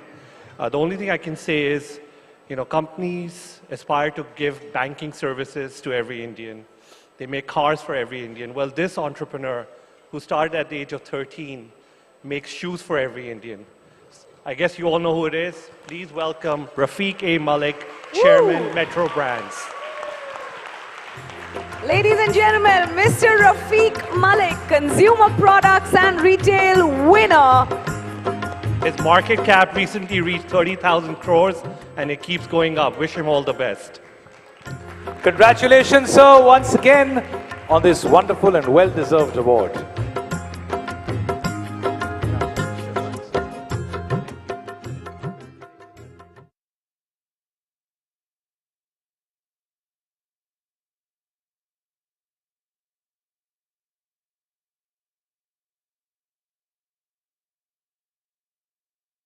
You know that all these tracks to which our winners are walking up on stage have been chosen by them. Yes, Minnie. Very telling. It's beautiful. Apparently, it's their favorite track and the one they listen to the most. Isn't That tells us a lot about Mr. Malik, Shairana Andaz and all that. I am truly honored and humbled by this recognition. It's of immense significance to me because it symbolizes the collective effort and unwavering support of my family, my loyal customers, and my Metro family, whose hard work, commitment, and dedication has made possible this collective success. Thank you, everyone. Thank you, sir. Thank you very much. Thank you for your excellence and consistency through the years. And with that, the next category is the engine behind several industries and is making a comeback as a solid growth driver for the Indian economy. And yes, the category is manufacturing.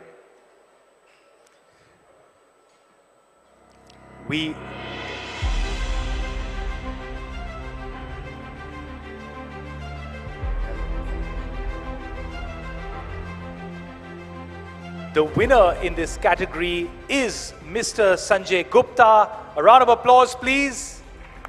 Mr. Sanjay Gupta unfortunately could not make it here today, but a big congratulations to him on winning this wonderful and well-deserving award.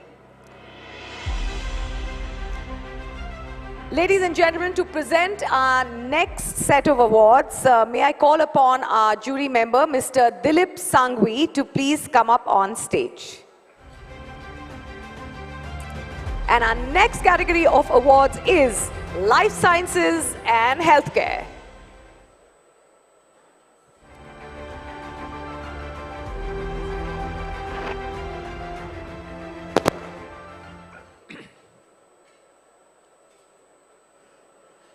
Driven by his vision of reducing India's import dependence on life-saving medical devices, the winner invested aggressively in R&D and innovation to become one of the first Indian companies to domestically manufacture novel, clinically relevant, and state-of-the-art products. Today, this company offers the widest range of medical solutions in the form of vascular intervention devices, orthopedic implants, robotic endosurgery, and ENT products, and in vitro diagnostic, making it the largest medical devices company in India.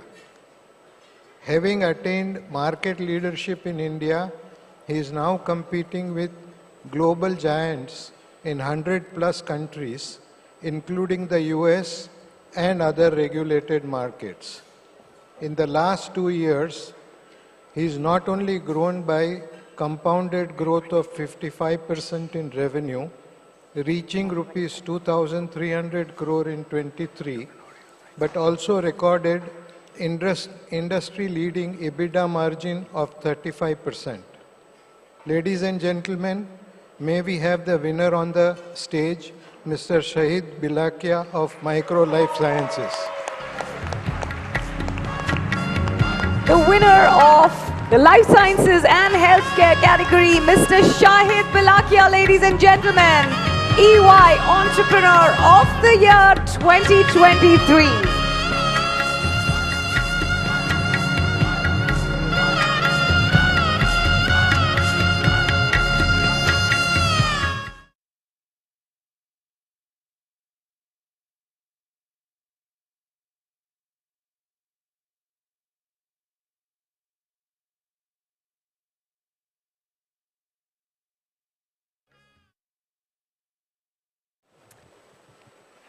Thank you, everyone. Thank you, EY. Thank you, jury.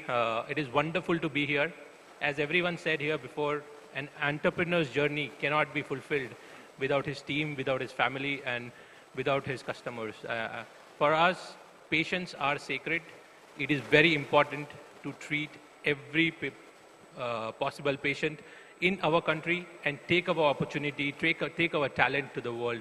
I really thank you, everyone, especially everyone up here, to give us this opportunity, and thank you so much. Congratulations, Mr. Velakia. This is wonderful, wonderful for you. Ladies and gentlemen, we now move on to our next category.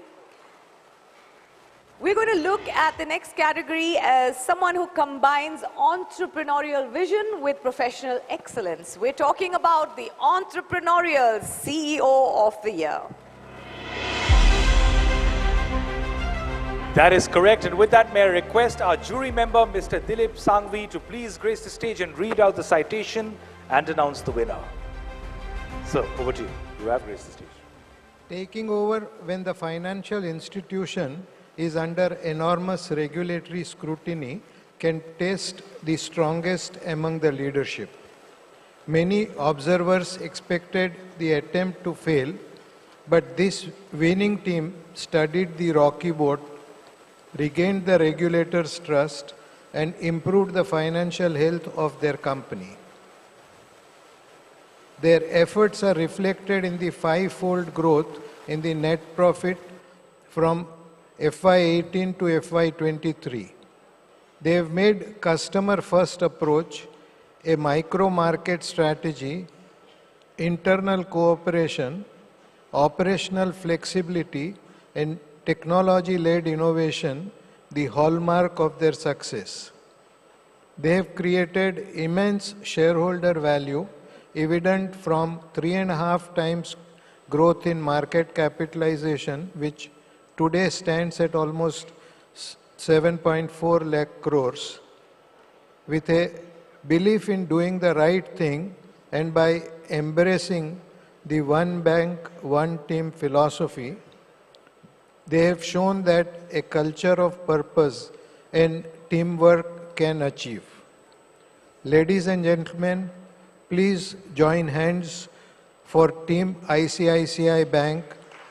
Please welcome them on the stage.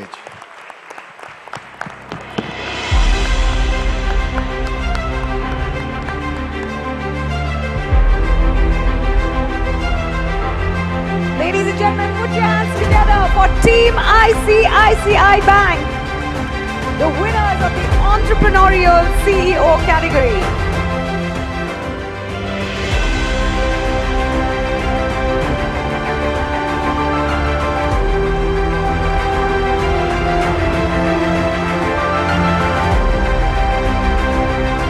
Mr. Sandeep Bakshi, Mr. Sandeep Patra, and Mr. Rakesh Shah. Congratulations.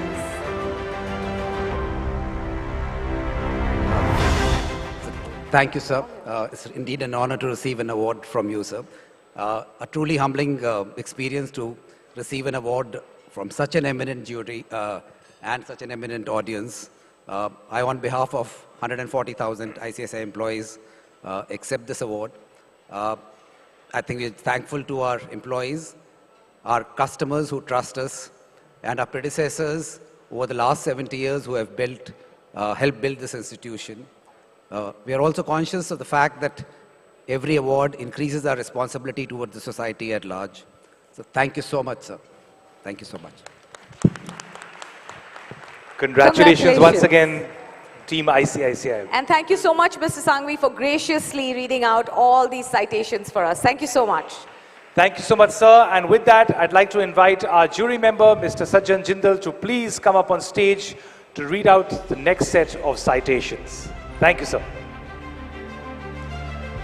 Shri Vaishnav and of course Mr. Memani, I request you both to please continue staying on stage along with Mr. Kamath. They have to finish their 10,000 steps, right? Of standing time. We move on to our next category, ladies and gentlemen. But how are you all doing? Is everyone doing good? Are we having a good time?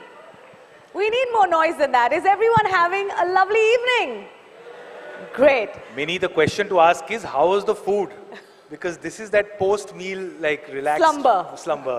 All right, the sugar spiking. Absolutely. But our next few categories need all the energy and love that you all have. So let's get into it. Absolutely. The next category we're talking about is one that showcases the real mettle of a leader. And that category is business transformation.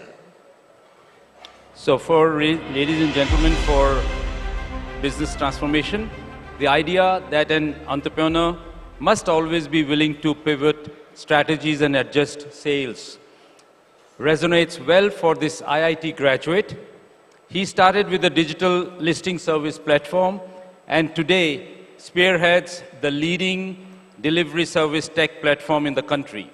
He has not only led his company to become India's first unicorn to go public, but has also turned it around to deliver rupees 138 crores in profits and a market cap of 1.3 lakh crore. His company supports the growth of 254,000 restaurant partners, empowering 419,000 gig workers and transacting over 225 million customers annually. His is a brand that resonates not just in urban India, but also with Bharat. And he continues to evolve and transform through quick commerce. Not much to guess. Ladies and gentlemen, let's welcome Dipinder Goyal, co-founder Zomato, on the stage. Mr. Dipinder Goyal, ladies and gentlemen, the winner of the Business Transformation Award for the EY Entrepreneur of the Year 2023. Give him a huge round of applause. Congratulations.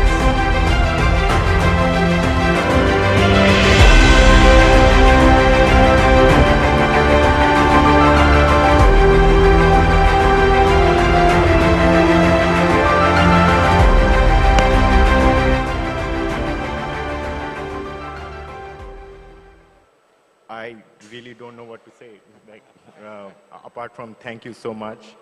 And I hope we continue to serve you as best as we can, because that's what we try to do every day. Thank you so much. Thank you. This is great. Dipinder, we just ordered off Zomato backstage. Just have to let you know. This is new age, huh? Well, thank you, sir.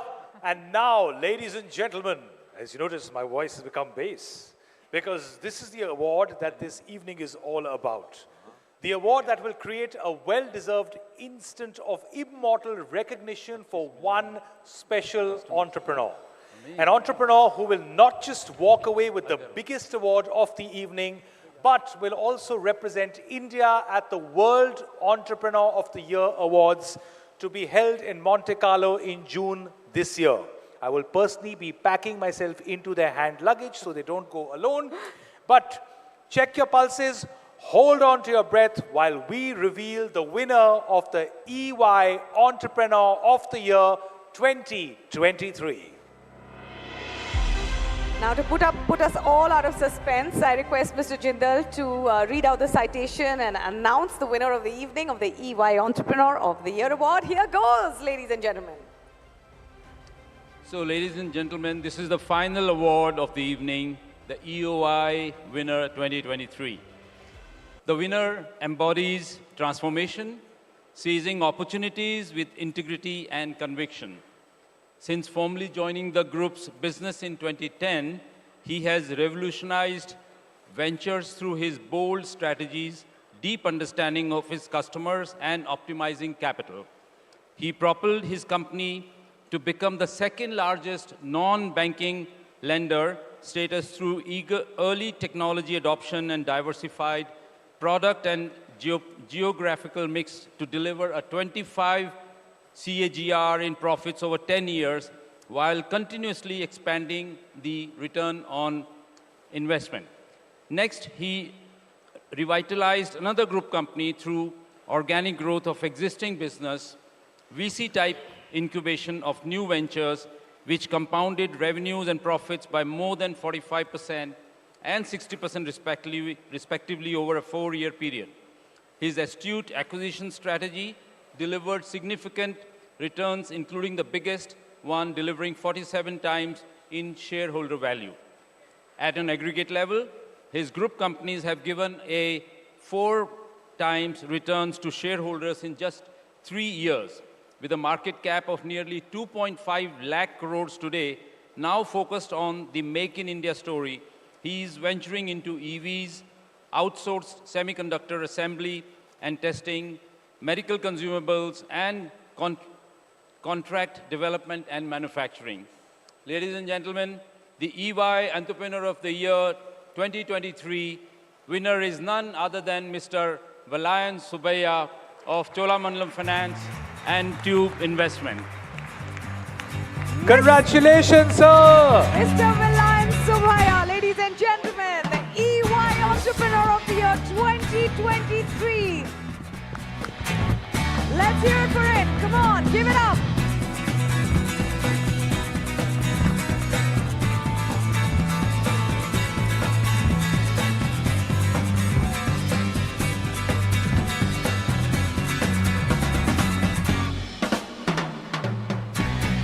Congratulations, sir. Request you to please say a few words.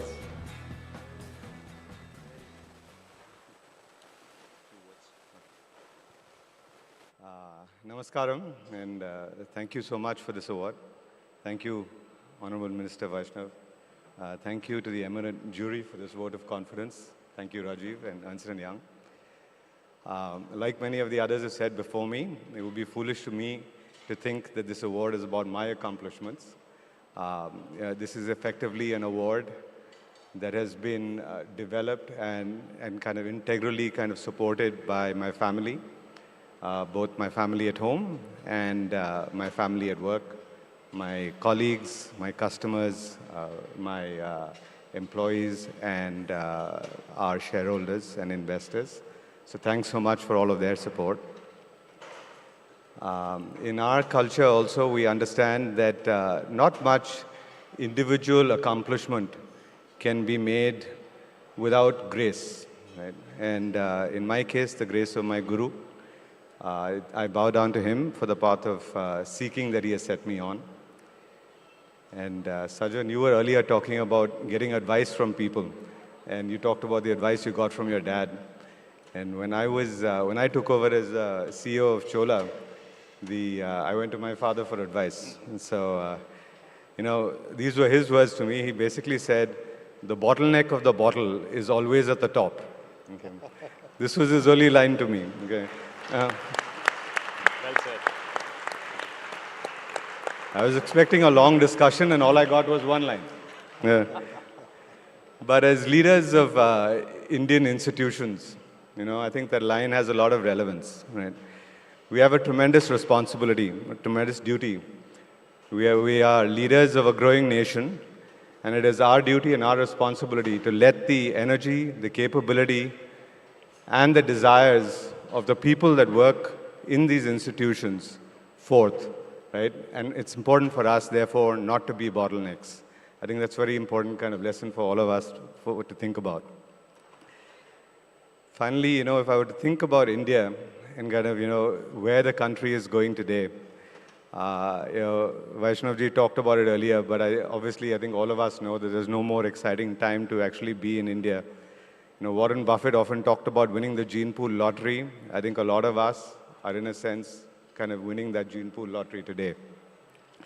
And the only thing I would say is that it's important for a rising India, in its path of becoming the third biggest economy in the world, to do so on our own terms. Right? We are a rich culture. We have very rich spirituality that backs us. And using that spirituality, using that culture as our basis and defining our own formula to make ourselves the third largest economy in the world, I think is going to be what really leaves a mark on the world. To a rising India, Jai Hind, Pranam. Congratulations, Mr. Subbiah. This is just amazing. So happy for you. Congratulations once again, sir, and Pranam. And now, ladies and gentlemen, after that supreme win, it's time for our grand finale. I'm going to request all our wonderful finalists, all our winners, and all our distinguished jury members to please come up on stage for our celebratory toast. So could we have you all here, please, up on stage? What a lovely moment it's going to be. Our entire jury, winners, finalists, everyone, please step on stage. This is a photograph we don't want to miss.